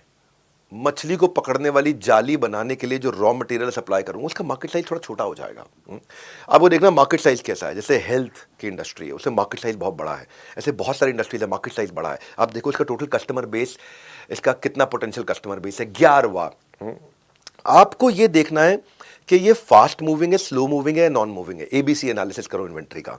ऐसा ना हो जाए ये माल फंस जाता हो, और फंसेगा तो आपका आपका वर्किंग कैपिटल फंसेगा, जिससे आता है मेरा 12वां पॉइंट कि इस धंधे को चलाने में कितना वर्किंग कैपिटल चाहिए, कितने महीने के लिए वर्किंग कैपिटल चाहिए, इस नई कैटेगरी को बिल्ड करने के लिए, इस नए प्रोडक्ट को बिल्ड करने के लिए मुझे कितने दिन का रनवे चाहिए। हवाई जहाज उड़ने से पहले थोड़ी देर जमीन पर चलता है, और जमीन पर चलता है, स्पीड पकड़ता है, उसके बाद उड़ता है, उसको बोलते हैं रनवे। ऐसे ही धंधे में नया प्रोडक्ट को बिल्ड करने के लिए आपको रनवे चाहिए। कितने महीनों की सैलरी बांटनी पड़ेगी, क्योंकि इसके लिए नई मैन पावर लेके आओगे।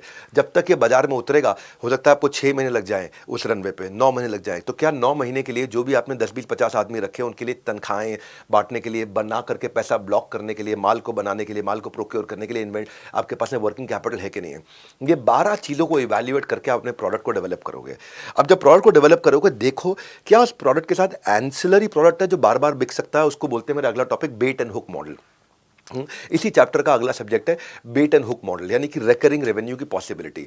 कंपनी मेन प्रोडक्ट सस्ते में देती है और रेकरिंग साथ में एंसिलरी आइटम बार बार उपयोग होने वाली महंगे में बेच करके खूब पैसा कमा लेती है। इसके बहुत एग्जाम्पल हैं। हाँ, जिलेट के कुछ रेजर ऐसे आते हैं कि रेजर आता है 350 रुपये का, लेकिन उसके बाद जो ब्लेड आ रहा है वो आ रहा है 680 रुपये का, जो उसमें ब्लेड चेंज करना पड़ता है, जो एक्सपेंसिव रेजर्स होते हैं। तो क्या कंपनी रेजर से नहीं कमाती उतना ज़्यादा जितना बाद में ब्लेड बेच बेच के कमाती रहती है। ऑल आउट ने ऐसा बहुत किया। ऑल आउट की मशीन आती है 90 रुपये की, लेकिन उसका रीफिल आता है 70 रुपये का। मशीन बेच के उतना नहीं कमाएंगे, लेकिन आदमी जब मशीन लेगा तो रीफिल लेता रहेगा, रीफिल खत्म हो जाता है, लिक्विड फिर लेता है। इसको बोलते हैं बेट एंड हुक मॉडल। तो जो मशीन थी वो बेट थी। हो सकता है मशीन 150 की बिकनी चाहिए थी, पर मशीन 90 रुपये की दे देते हैं, लेकिन रीफिल उसमें अच्छा कमा लेते हैं। जैसे किंडल है, किंडल में किताबें पढ़ते हैं, तो एक बार किंडल खरीदने में उतना पैसा नहीं लगा, लेकिन बार बार ई बुक लेता रहेगा, पैसा लगता रहेगा। गन एंड बुलेट स्ट्रैटेजी बोलते हैं कि बंदूक लिया तो बाद में गोलियां भी खरीदनी पड़ेंगी, कॉफी मशीन ली तो बाद में कॉफी के कैप्सूल भी लेने पड़ेंगे, प्रिंटर लिया तो बाद में कार्ट्रिज इंक का लेना पड़ेगा, वीडियो गेम लिया तो वीडियो गेम के सीडी या सॉफ्टवेयर लेने पड़ेंगे, वाटर प्यूरीफायर लिया तो बाद में फिल्टर बदलना पड़ेगा, एयर प्यूरीफायर लिया तो बाद में फिल्टर बदलना पड़ेगा। तो क्या आप अपने बिजनेस में प्रोडक्ट बिल्ड करते वक्त hook bait and hook model, यानी कि बेस प्रोडक्ट के साथ रेकरिंग प्रोडक्ट लगा सकते हो? कोई कि एक बार बेस प्रोडक्ट लिया, रेकरिंग। ऐसे गाड़ी है, मारुति है, मारुति एक बार बेची लेकिन सर्विस सेंटर से खूब पैसा कमाते रहे। होंडा एक बार बेची, सर्विस सेंटर से पैसा कमाते रहे। इसको बोलते हैं बेट एंड हुक मॉडल। ज्यादातर जो गाड़ियों के डीलर्स हैं वो गाड़ियों की डीलरशिप गाड़ी बेच के नहीं कमाते, गाड़ी की सर्विस करके कमाते हैं। ये है बेट एंड हुक मॉडल। बेट मतलब आपने एक आटे की गोली फेंकी कांटे में लगा के, जिससे अपने मछली को पकड़ लिया, वो हो गया हुक उसका। हाँ, चौथे अध्याय पे अब आपने फाइनल कर लिया आपको बनाना क्या है, आप बनाने चले गए। अब उसको बेचने के लिए क्या आप एक प्लेटफॉर्म बना सकते हो? प्लेटफॉर्म को क्या बोलते हैं? Platform based product, digital platform based product, जिसमें इकोसिस्टम बन जाए, कनेक्टिंग दी अनकनेक्टेड। क्या अर्थ हुआ? बड़ा टेक्निकल, बहुत प्यारा टॉपिक है। इस टॉपिक के ऊपर एक सेमेस्टर हार्वर्ड में पढ़ाया जाता है। कनेक्टिंग दी अनकनेक्टेड, दो लोगों को आपस में कनेक्ट किया, वो दोनों आपस में धंधा कर रहे हैं, पैसा मैं कमा रहा हूं। इसको बोलते हैं मल्टी साइडेड ट्रांजैक्शन। आज तक क्या होता था? माल दो पैसा लो, माल दो पैसा लो, माल दो पैसा लो, मैंने उसको सामान दिया, उससे पैसा लिया। इसको क्या बोलते हैं? ये बोलते हैं पाइप बिजनेस। एक होता है प्लेटफॉर्म बेस्ड बिजनेस। ध्यान से सुनना, बहुत अमेजिंग कंटेंट दे रहा हूं। एप्पल प्लेटफॉर्म है, अल्फाबेट यानी गूगल प्लेटफॉर्म है, अमेजॉन प्लेटफॉर्म है, फेसबुक प्लेटफॉर्म है, माइक्रोसॉफ्ट प्लेटफॉर्म है। दुनिया की 10 सबसे बड़ी कंपनीज में से 5 कंपनीज खाली प्लेटफॉर्म्स ही हैं। बल्कि दुनिया में 7 सबसे बड़ी कंपनीज में से 5 प्लेटफॉर्म है।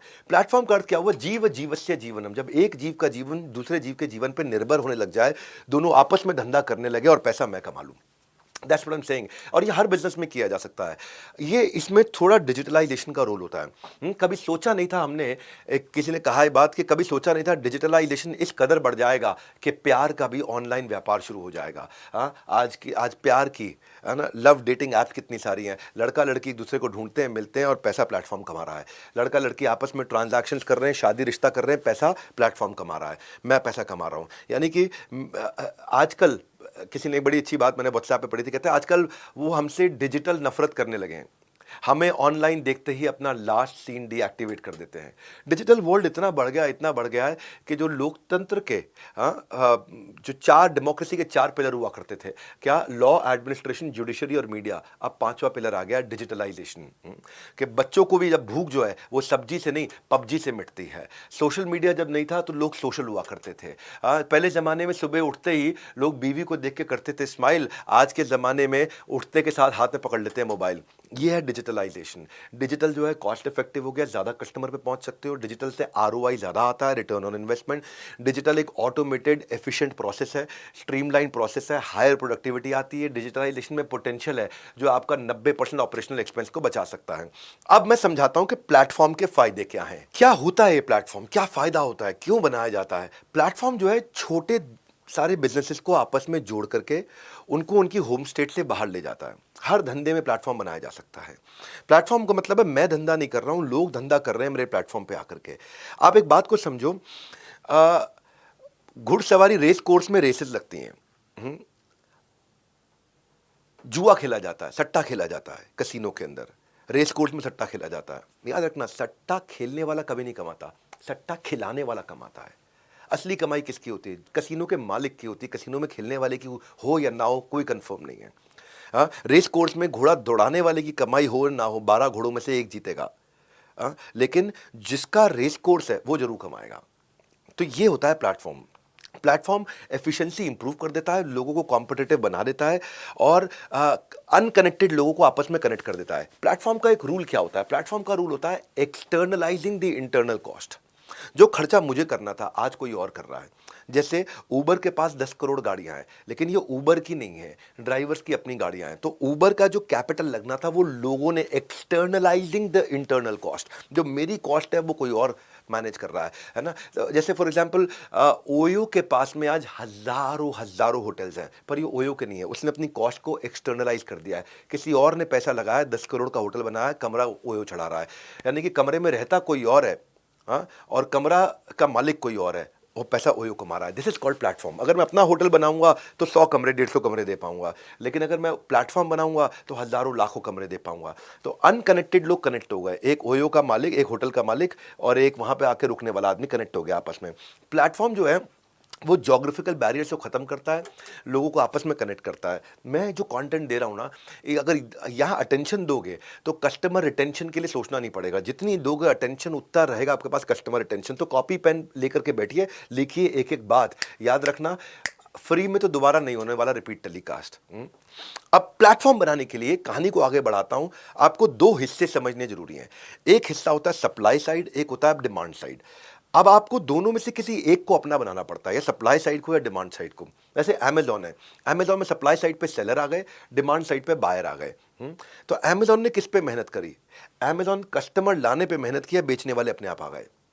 समझ पा रहे मेरी बात? कस्टमर लाने पे अमेजॉन ने मेहनत किया, बेचने वाले अपने आप आ गए। जैसे Booking.com है, Booking.com पे सप्लाई साइड क्या? होटल और एयरलाइंस। डिमांड साइड क्या? ट्रैवलर, जिसको ट्रैवल करना है, जिसको होटल में जाकर रुकना है। तो अब Booking.com ने क्या किया?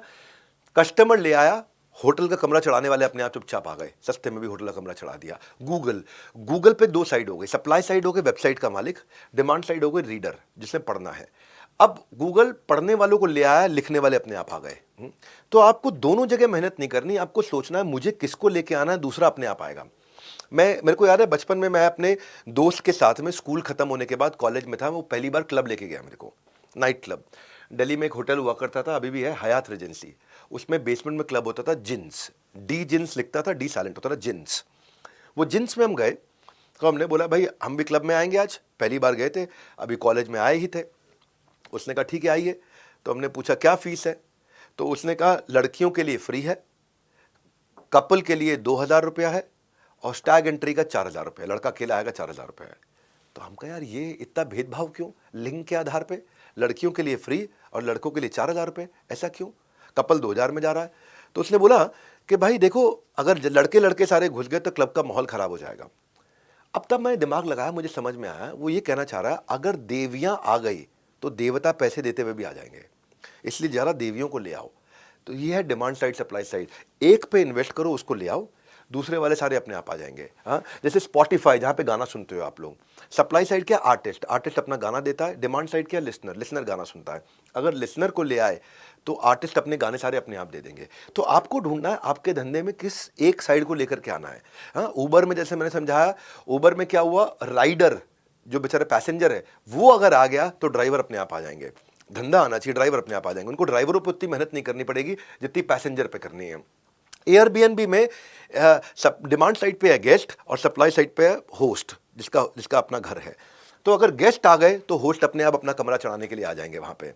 तो आपको देखना है, पहले सारे स्टेक होल्डर लिख लो, आपके धंधे में कौन कौन स्टेक होल्डर है और उन स्टेक होल्डर की कौन सी बर्निंग प्रॉब्लम है जो प्लेटफॉर्म सॉल्व करता है।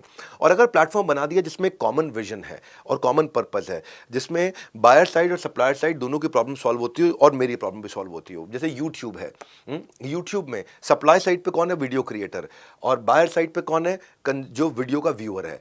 और अब जब आपके पास में आज देखो यूट्यूब के साथ कौन कमा रहा है, यूट्यूब के साथ में बायर को भी, व्यूअर को भी फायदा हो रहा है, वीडियो क्रिएटर को भी फायदा हो रहा है, एडवर्टाइजर को भी फायदा हो रहा है, यूट्यूब को भी फायदा हो रहा है। इसको बोलते हैं जीव जीवत से जीवनम, यानी कि सबके सब लोग इकट्ठे ग्रो कर रहे हैं एक ही पर्पस पे, एक ही कॉमन प्लेटफॉर्म पे सबके सब ग्रो कर रहे हैं। अगर कॉमन प्लेटफॉर्म बना दिया तो फिर उसके बाद इसको पाइप बिजनेस नहीं बोलेंगे। पाइप बिजनेस मतलब मैंने माल दिया वहां से पैसा आया, मैंने माल दिया वहां से पैसा आया। प्लेटफॉर्म का मतलब है प्लेटफॉर्म बनाओ जिंदगी भर कमाओ। हाँ, पाइप का बिजनेस मतलब क्या हुआ, आप जितनी बार ट्रांजैक्शन करोगे उतना ही कमाओगे।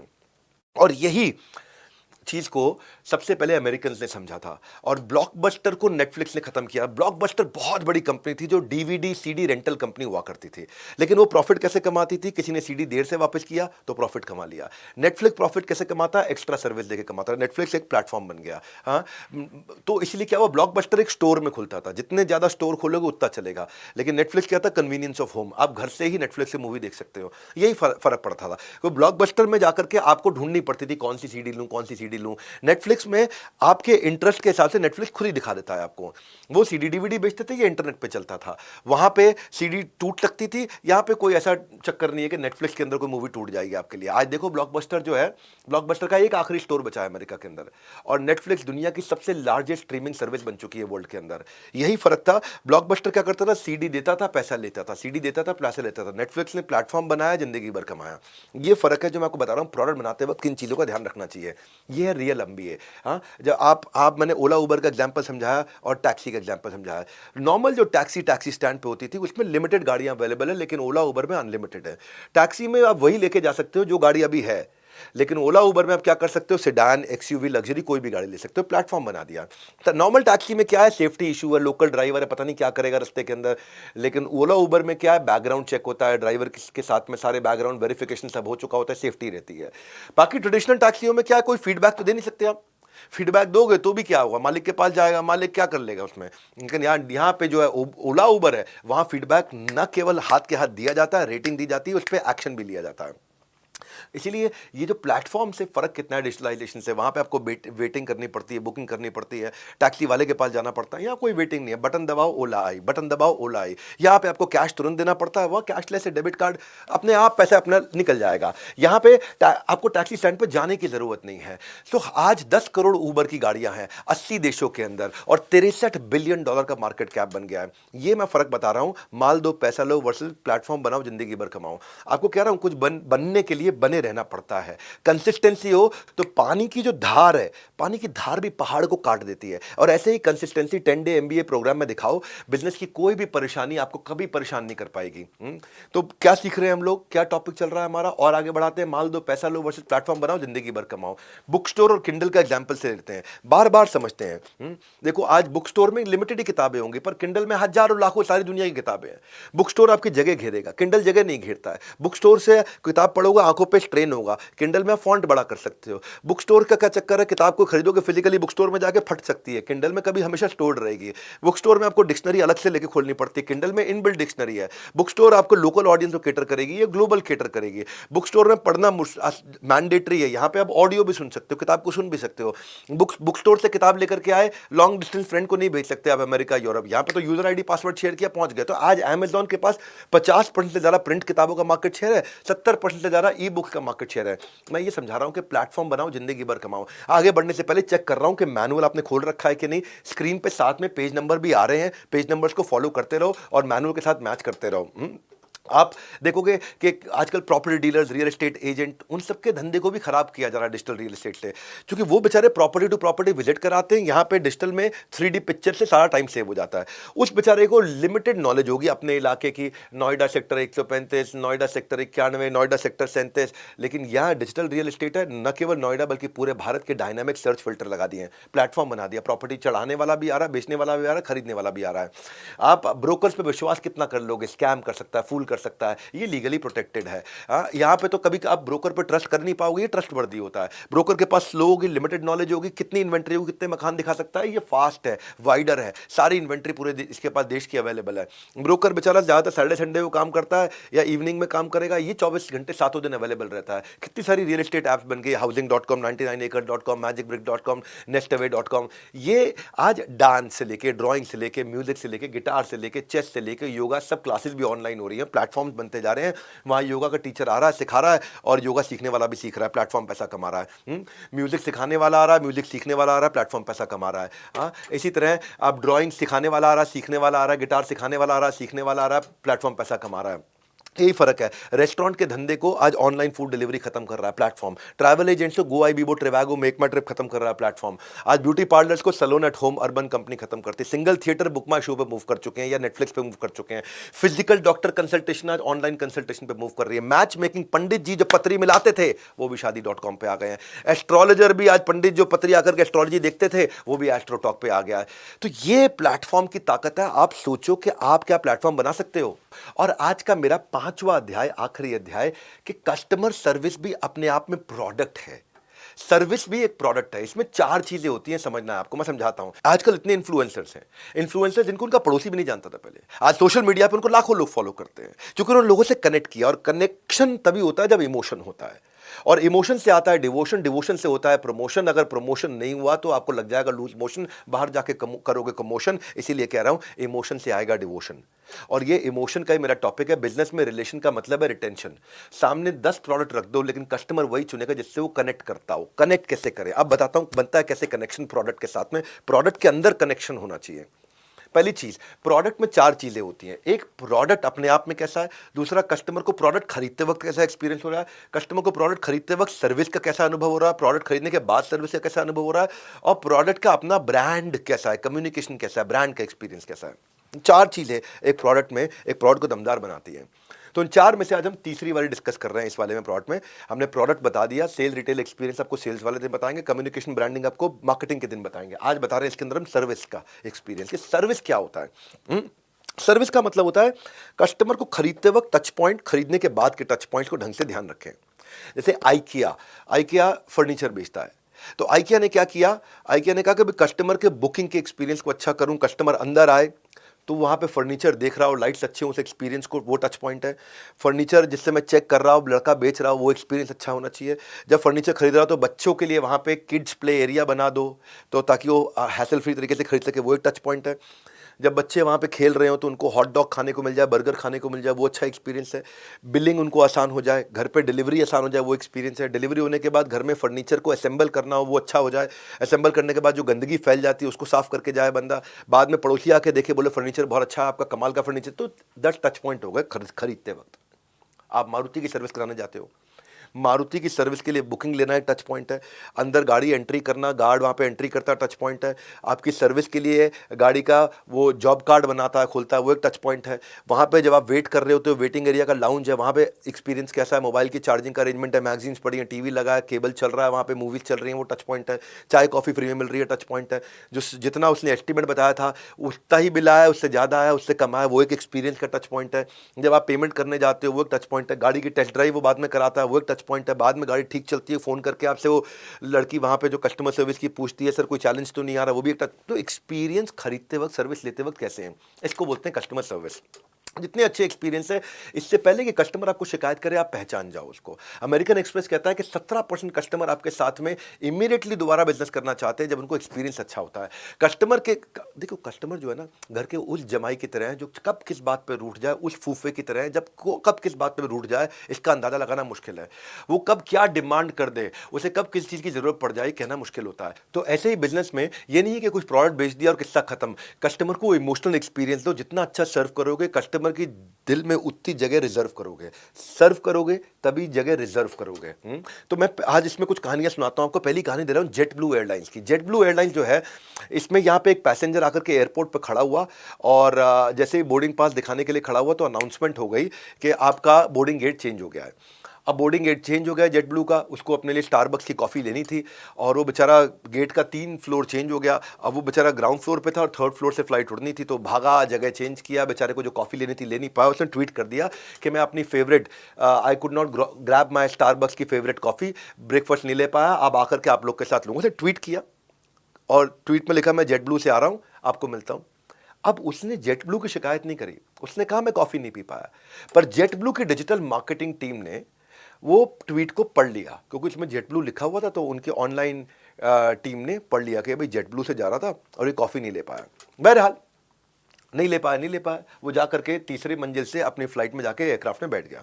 जब बैठा तो वहीं पे एयर होस्टेस आई, सर आपकी फेवरेट कॉफ़ी जो हमारा गेट चेंज करने के कारण आप नहीं खरीद पाए थे, नहीं ले पाए, वो खुद ही लेकर के आ गई। क्यों? क्योंकि डिजिटल टीम ने बता दिया भाई तुम्हारी गलती के कारण ये कॉफ़ी नहीं ले पाया, दे करके आओ। अब इसके मन में अरे वाह की feeling I. Now that's called customer service. कि कस्टमर की शिकायत लगाने से पहले ही आपको पता चल जाए। कस्टमर को बड़े जेस्चर नहीं चाहिए, बस वो जानना चाहते हैं कि आप उन्हें अप्रिशिएट कर रहे हो कि नहीं कर रहे हो। वो इतना परसीव कर ले आप उन्हें अप्रिशिएट कर रहे हो, कर चल जाएगा। कस्टमर सर्विस में out of the box customer के एक्सपीरियंस के बारे में सोचना है, ये भी एक प्रोडक्ट है। कस्टमर सर्विस भी एक प्रोडक्ट अपने आप में, खाली प्रोडक्ट ही प्रोडक्ट नहीं है। टेस्ला एक पहली ऐसी कंपनी बनी ऑटोमोबाइल दुनिया के अंदर जो अपने सर्विस सेंटर को सर्विस सेंटर नहीं रखा, सर्विस सेंटर को घर पे ले गया, मोबाइल सर्विस सेंटर बना दिया। मोबाइल सर्विस सेंटर मतलब चलने फिरने वाली गाड़ी के अंदर पूरा सर्विस सेंटर सेटअप कर दिया। अगर आपकी गाड़ी की सर्विस करनी है तो हम आपके घर पे आके गाड़ी की सर्विस कर देंगे। पूरी दुनिया में सर्विस सेंटर बनाए जाते हैं, वहां जाती है गाड़ी, सर्विस करा के आती है। टेस्ला पहली ऐसी कंपनी जो आपके घर पे आकर के आपकी गाड़ी की सर्विस कर देता है ताकि आपको कोई तकलीफ ना हो। Now that's called customer service. हाँ, और ये टेस्ला ने कस्टमर के टाइम और उसकी कन्वीनियंस को वैल्यू किया, इसीलिए आज टेस्ला बहुत महंगी गाड़ी देता है और लोग फिर भी पैसा देने को तैयार है। कस्टमर सर्विस एक ऐसा एक्सपीरियंस है, मैं आपको बताता हूं कि जब कोविड का टाइम चल रहा था तो एक बेचारी बॉस्टन के अंदर एक बूढ़ी दादी 90 साल की फंस गई। बॉस्टन में फंस गई। न्यू जर्सी से उसकी पोती ने एक ट्वीट किया, और क्या ट्वीट किया कि बाहर हेल स्टॉर्म और स्नो स्टॉर्म हो रहा है, मेरी बूढ़ी दादी अकेली घर में बैठी है, उनके पास ग्रोसरी नहीं है, खाने का सामान नहीं है, क्या कोई उनकी बॉस्टन में जाके मदद कर सकता है, उनको 15 दिन का राशन दे सकता है, मैं पैसे भेज दूंगी, यहां से मैं पैसे ऑनलाइन ट्रांसफर कर दूंगी, कृपया करके कोई बॉस्टन में मेरी मदद कर दो। अब ये ट्वीट वहां पे लोग लाइक कर रहे थे, नीचे कमेंट कर रहे थे, मैं ट्राई करता हूं। इतने में ट्वीट बास्किन रॉबिन्स के आउटलेट पे खड़े एक लड़के ने पढ़ लिया। उसने कहा कोविड का टाइम है, वैसे कोई आइसक्रीम खाने आ नहीं रहा, चलो हम ही जाके ग्रोसरी दे आते हैं। तो आसपास के लड़कों ने बोला भाई हमारा काम आइसक्रीम बेचना है, ग्रोसरी देना नहीं है। उसने कहा वैसे भी यार कोविड में हम लोग खाली बैठे हैं, तो आपस में आइसक्रीम बेचने वाले लड़के जो होते हैं उनके जो पार्लर पे, वो आपस में चर्चा कर ही रहे थे, तो उन्होंने डिसाइड किया चलो जाके राशन दे के आते हैं। 20 दिन का राशन देकर दे के आए और पैसे भी नहीं लिए। वो लड़की ने फिर से ट्वीट किया, न्यू जर्सी से ट्वीट किया कि बास्किन रॉबिन्स को मैं धन्यवाद करना चाहती हूं, मेरी बूढ़ी दादी शायद शरीर छोड़ देती, उसका देहांत हो जाता अगर कोई उनको वहां राशन नहीं दे के आता। ये बास्किन रॉबिन्स वाले कितने अद्भुत लोग हैं, उनको राशन दे करके आए। ये ट्वीट अचानक वायरल हो गया। ये ट्वीट वायरल हुआ और ये ट्वीट बराक ओबामा ने पढ़ लिया। बराक ओबामा अब राष्ट्रपति नहीं थे हालांकि, लेकिन दुनिया के सबसे शक्तिशाली देशों के सबसे शक्तिशाली देश के सबसे शक्तिशाली राष्ट्रपतियों में से एक रहे हैं। और बराक ओबामा ये पढ़ते ही उन्होंने बधाई दी बास्किन रॉबिन्स को, और बास्किन रॉबिन्स के आउटलेट पे पहुंच गए, वहां जाके आइसक्रीम खरीदी और फोटो खिंचा करके बोला this is what America is all about. ये है असली अमेरिका, जो अपनी सेल्स से ज्यादा सर्विस पे ध्यान देता है। जो इनका काम नहीं था, इन्होंने बाउंड्री ब्रेकर अवार्ड जीता है मेरे दिल से। इन्होंने बाउंड्री ब्रेक करके जाके ग्रोसरी दे करके आए। वो दिन है, आज का दिन है। अक्सर बराक ओबामा बास्किन रॉबिन्स पर आइसक्रीम खाते हुए दिखते हैं और फोटो भी डालते हैं। आप सुनो मेरी बात को ध्यान से सुनो। आप माधुरी दीक्षित को, अमिताभ बच्चन को, आप शाहरुख खान को, सलमान खान को पैसे देके नचा सकते हो, उनसे गुटखे की ऐड भी करा सकते हो। अक्षय कुमार जो हेल्थ का ब्रांड एम्बेसडर था, वो भी विमल की ऐड कर देगा। अजय देवगन तो करते ही थे, शाहरुख खान करते थे, पैसे दे दो तो कर लेंगे। लेकिन बराक ओबामा, प्रधानमंत्री नरेंद्र मोदी या फिर व्लादिमीर पुतिन, ये कितना भी पैसा दे दो, किसी के ब्रांड एम्बेसडर नहीं बनेंगे। ये ब्रांड एम्बेसडर बनाने की कहानी। आज बराक ओबामा ब्रांड एम्बेसडर क्यों बने? क्योंकि उनके दिल को जीत लिया बास्किन रॉबिन्स ने। ये है कस्टमर सर्विस की ताकत। आप कहां से कहां पहुंच सकते हो अगर आप कस्टमर के दिल में उतरना जानते हो। इसलिए कह रहा हूं, इमोशन से बड़ा, इमोशन से आता है डिवोशन। छोटी सी एक्ट ऑफ काइंडनेस। आज बास्किन रॉबिन्स ने फॉर्मर प्रेसिडेंट को अपना brand ambassador, unpaid brand ambassador, बिना पैसा खर्च किए बना दिया। क्या 15 दिन 20 दिन के राशन से। मैं अगली बात स्टोरी आपको सुनाता हूं। Rich Carlton. रिच कार्ल्टन ये वो होटल चेन है जो गेम चेंजर है, जो अपनी टीम को कोई डिसीजन लेने के लिए अप्रूवल लेने का वेट नहीं करती। अगर कस्टमर के हक में डिसीजन लेना है तो अपने आप ले लो। एक कस्टमर था वहां पे, शिकागो में रुका था, रिच कार्ल्टन में, और शिकागो से उसको न्यूयॉर्क जाना था। सुबह जल्दीबाजी में उठा, सामान पैक किया, सुबह अर्ली मॉर्निंग की फ्लाइट थी, पट पट पट पट पट भागा, फ्लाइट पकड़ी और शिकागो से न्यूयॉर्क की फ्लाइट पकड़ के न्यूयॉर्क उतर गया। अब न्यूयॉर्क उतरा, टैक्सी लिया, न्यूयॉर्क अपने घर पहुंचा। जब जैसे ही वो घर पहुंचा, घर के बाहर क्या देखता है? घर के बाहर एक थैला टंगा हुआ है और उस थैले के अंदर एक मोबाइल का चार्जर है और एक चिट्ठी लिखी है, सर आप शिकागो में अपना मोबाइल का चार्जर भूल गए थे। इससे पहले कि आप घर पहुंचते आपकी मोबाइल की बैटरी खत्म हो जाती और आप चार्जर ढूंढते, चार्जर नहीं मिलता तो आप परेशान होते, हो सकता है आप अपनी जरूरी कॉल्स मिस कर जाते हैं। हमने शिकागो से न्यूयॉर्क की होटल ब्रांच को फ़ोन किया, उनको बोला लोकल चार्जर खरीदो और आपके घर के बाहर टांग दो। तो सर आपको तकलीफ ना हो इसलिए हमने आपके लिए चार्जर भेजा। अब जाने मन ये बात चार्जर की नहीं है, ये बात है कि शिकागो की टीम ने रिट्ज कार्ल्टन न्यूयॉर्क के होटल को फ़ोन करके चार्जर बाजार से खरीदवा के घर के बाहर टांगा। अब ये जो जेस्चर है, ये जेस्चर वायरल हो गया। हाँ, अब इसको बोलते हैं कस्टमर सर्विस के know before the customer tells you. इससे पहले जान जाओ कस्टमर आपको शिकायत करे, आप उस पर act upon it before he येल्स eight you. That's called a customer की जो गलती है ना, कस्टमर अगर गलती करता है तो वो आपके लिए अपॉर्चुनिटी है उसका दिल जीतने के लिए। कस्टमर गलती करता है, आप नाराज मत हो। अब अगर आपने उसकी गलती पे आपने उसका दिल जीत लिया, वो अपने आप को बेच देगा आपके लिए, वो आपका एडवोकेट बन जाएगा, वो आपके लिए सब कुछ कर देगा। लेगो बच्चों की एक खिलौने की कंपनी है जिसके बारे में थोड़ी देर पहले मैंने बताया। आपको लेगो की एक कहानी सुनाता हूं। एक बच्चा था, जिस 7 साल का लड़का था, यंग बच्चा, और क्रिसमस का पैसा बचा के निंजागो लेगो उसने खरीदा था। और वो इतना बड़ा फैन था लेगो का, इतना बड़ा फैन था कि पूरे साल पैसा इकट्ठा करके उसने अपने निंजागो लेगो अपनी गुल्लक से पैसे जोड़ करके खरीदा था। उसको इतना प्यार था, इतना प्यार था इस लेगो के साथ, इतना प्यार था कि वो हर समय उसी के साथ खेलता रहता था, हर समय उसी के साथ घूमता रहता था। एक दिन पिताजी को वॉलमार्ट जाना था, उन्होंने कहा बेटा तुम लेगो रख दो, मेरे साथ चलो वॉलमार्ट चलो, कुछ सामान खरीदने जा रहे हैं, शॉपिंग करने, आज संडे का दिन है। बच्चे ने बोला नहीं इसको साथ लेके जाऊंगा, इस लेगो टॉय को साथ लेके जाऊंगा। पापा ने बोला बेटा खो देगा वहाँ पे, है ना, बड़ा वॉलमार्ट है, कहीं खो गया फिर। बोला नहीं साथ ही लेके जाऊंगा मैं, इसके बिना तो कहीं जाऊंगा नहीं। वो निंजागो लेगो अपना साथ ले गया और वही हुआ जो पिता ने सोचा था, वॉलमार्ट में उसका लेगो खो गया। वो खो गया, वो बच्चा इतना उदास हो गया, इतना उदास हो गया, और तब तक लेगो ने उस आइटम को डिसकंटिन्यू कर दिया। अब लेगो निंजागो लेगो वाला प्रोडक्ट बना ही नहीं रहा था। पिताजी ने दोबारा भी ऑर्डर करने की कोशिश करी कि बच्चे के लिए खरीद देता हूँ, लेकिन बच्चा इतना उदास हो गया, इतने शौक में चला गया कि वो कमरे से बाहर नहीं निकले, कुछ खाए नहीं, कुछ सोए नहीं, किसी से बात नहीं करे, किसी दोस्त से बात नहीं करे, ना स्कूल जाए ना बाहर खेलने जाए। वो बच्चा डिप्रेशन में चला गया। अब पिता ने एक ट्वीट किया कि मेरा कोई भी दोस्त क्या मेरी मदद कर सकता है, मेरा बच्चा डिप्रेशन में चला गया, I need a help of a counsellor. उसका निंजागो लेगो जो कि अब दोबारा बनता नहीं है, खो गया। अब क्योंकि लेगो वर्ड आया था ट्विटर में, उसके ट्वीट में, तो लेगो की टीम अपने स्कैन में हमारे बारे में क्या लिखा जा रहा है उसके सामने ये ट्वीट आ गया। उसने ये ट्वीट पढ़ लिया। ट्वीट पढ़ने के बाद ये निंजागो नहीं बनाते थे, बावजूद इसके ये जान के कि बच्चा डिप्रेशन में है, इन्होंने स्पेशली असेंबली लाइन रेडी करके वो एक आइटम निंजागो लेगो बनाया, उसके 2 सेट बनाए और ले करके उनके घर पहुंच गए और जाके बच्चे को दिया। बच्चा खूब खुश हुआ, रोने लगा, और जैसे ही बच्चे ने वो लिया उतना एक्साइटेड हुआ, इतना रोया, इतना हंसा, इतना रोया, इतना हंसा, हंस रहा है, आंख में आंसू बह रहे हैं, रो रहा है। पिता ने उसका वीडियो बना लिया, वो अनबॉक्सिंग करते हुए लेगो का। वो वीडियो हो गया पूरे देश में वायरल, और इतना वायरल हो गया कि पूरे देश ने लेगो की तारीफ करी। जाने मन ये खर्चा लेगो बनाने का नहीं था खाली। क्या खर्चा आया? कस्टमर का दिल जीतने के लिए करोड़ों रुपए की एडवर्टाइजमेंट नहीं करनी पड़ती, बस एक अरे वाह फीलिंग देनी पड़ती है, और वो अरे वाह फीलिंग ने जिंदगी जीत ली। वो इतना वायरल हो गया और न्यूज़पेपर्स में आ गया। कस्टमर सर्विस जो है ना, basically doing the right thing है ना। It is not about telling people how awesome you are, it is about creating story. एक ऐसी कहानी बना देना जो कहानी आपके बारे में सब जगह बात करे। वॉल्ट डिज्नी कहते हैं कि जो भी आप करते हो इतने अच्छे से करो, इतने अच्छे से करो, कस्टमर उसको दोबारा देखने भी आए और साथ में अपने दोस्तों को भी लेकर के आए, अपने रिश्तेदारों को भी लेकर के आए। मैंने भी जब कई फ्रेमवर्क्स ऐसे बनाए हैं, और वो फ्रेमवर्क्स मेरे लीडरशिप फनल के इतने चाव से, इतने मन से बनाए। जैसे ये प्रोग्राम बनाया मैंने आज 10 डे MBA, ये सबको फ्री में देने के लिए बनाया। ऐसे मेरे फ्रेमवर्क्स हैं लीडरशिप फनल के, जिसकी लोग कस्में खाते हैं और अपने बिजनेस को 10-10, 20-20, 100-100 गुना बढ़ा देते हैं। 52 हफ्तों के 52 फ्रेमवर्क। मैं ये 52 फ्रेमवर्क बनाए जो कि 1 साल तक आदमी इंप्लीमेंट करता है लाइव क्वेश्चन आंसर्स के साथ में। ये इसके साथ BB कोच भी देते हैं। ये मेरा एक नया प्रोडक्ट है जो मैंने लॉन्च किया था, इस प्रोडक्ट का नाम क्या है? इस प्रोडक्ट का नाम है बीबी इम्पैक्ट। मेरी अगली कहानी है यूनाइटेड एयरलाइंस की। यूनाइटेड एयरलाइंस ने एक बार ऐसा अद्भुत काम किया कि ये कहानी है बेसिकली न्यूयॉर्क से, जर्मनी से न्यूयॉर्क में फ़ोन आया है एक लड़के को, यंग लड़के को, कि आपकी माँ इतनी बीमार है, इतनी बीमार है कि वो आज या कल तक शरीर छोड़ देगी। उम्मीद कर रहे हैं हम उसको कल तक सर्वाइव करा देंगे, लेकिन वो आपसे आखिरी बार मिलना चाहती है, आपका आखिरी बार चेहरा देखना चाहती है। इस बंदे ने यूनाइटेड एयरलाइंस की फ़्लाइट पकड़ी, न्यूयॉर्क से लंदन, लंदन से जर्मनी इसको जाना था। और जब ये फ़्लाइट में बैठा, कट टू कट लंदन पे उतरते ही इसकी जर्मनी की अगली फ़्लाइट थी, हीथ्रो।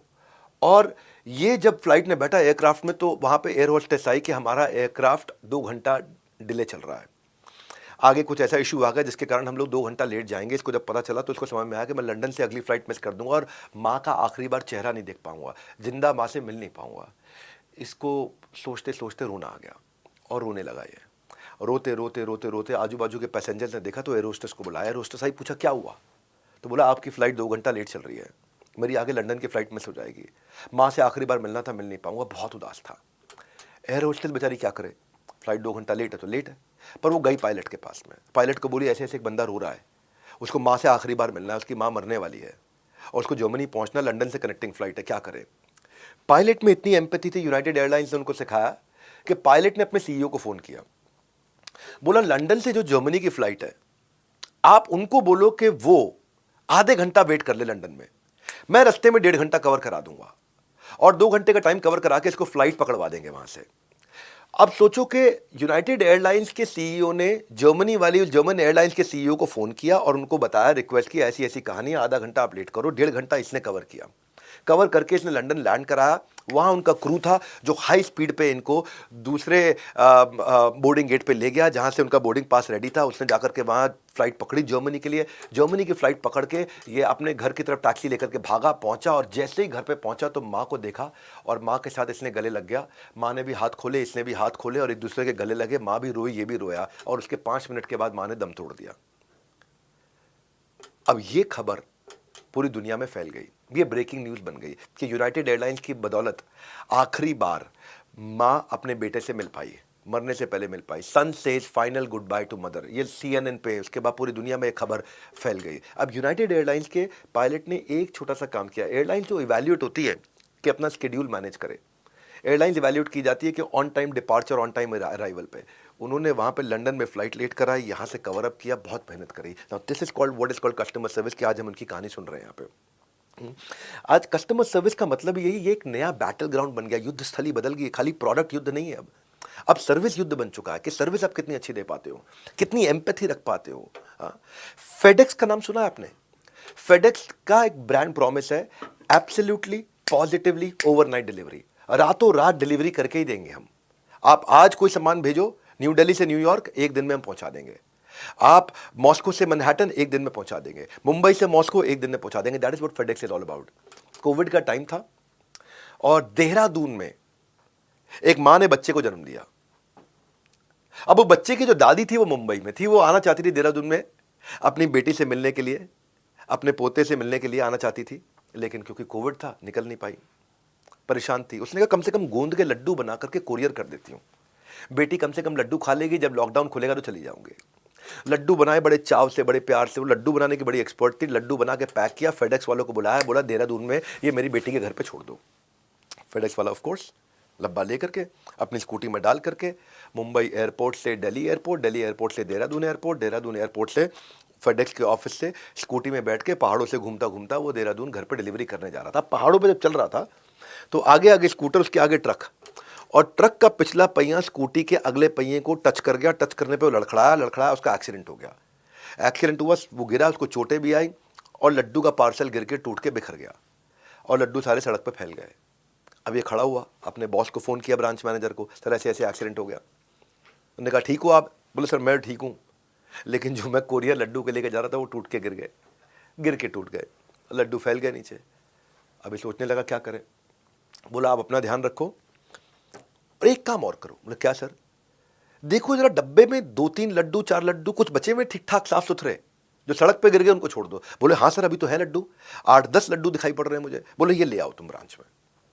वो लेके ब्रांच में पहुंचा तो देखा कि ब्रांच मैनेजर के दिमाग में कोई आइडिया चल रहा था ब्रांच मैनेजर ने पूरी टीम इकट्ठी करी, लड़कियां भी लड़के भी। बोले देखो जरा लड्डू चख के, ऐसा लड्डू कोई बना सकता है? तो वहीं एक लड़की बोली मैं बना दूंगी ऐसे लड्डू। अब देखते ही देखते फटाफट बाजार से सामान लाया गया। गोंद के लड्डू के लिए जो आइटम चाहिए होती थी वो सब आइटम, पंजीरी ये वो सब आइटम ले गया, बेसन वेसन आटा वाटा देसी घी ड्राई फ्रूट सब ला के, चीनी वीनी ला के लड्डू बनाने शुरू। अगले 4-5 घंटे में लड्डू तैयार। अब ब्रांच मैनेजर को पहला लड्डू खिलाया गया, सर टेस्ट करो। खाया, लड़की ने भी खाया, देखा स्वाद सेम नहीं है। जो पहले लड्डू कुरियर पे आए थे और ये जो आए इसमें थोड़ा सा फर्क है।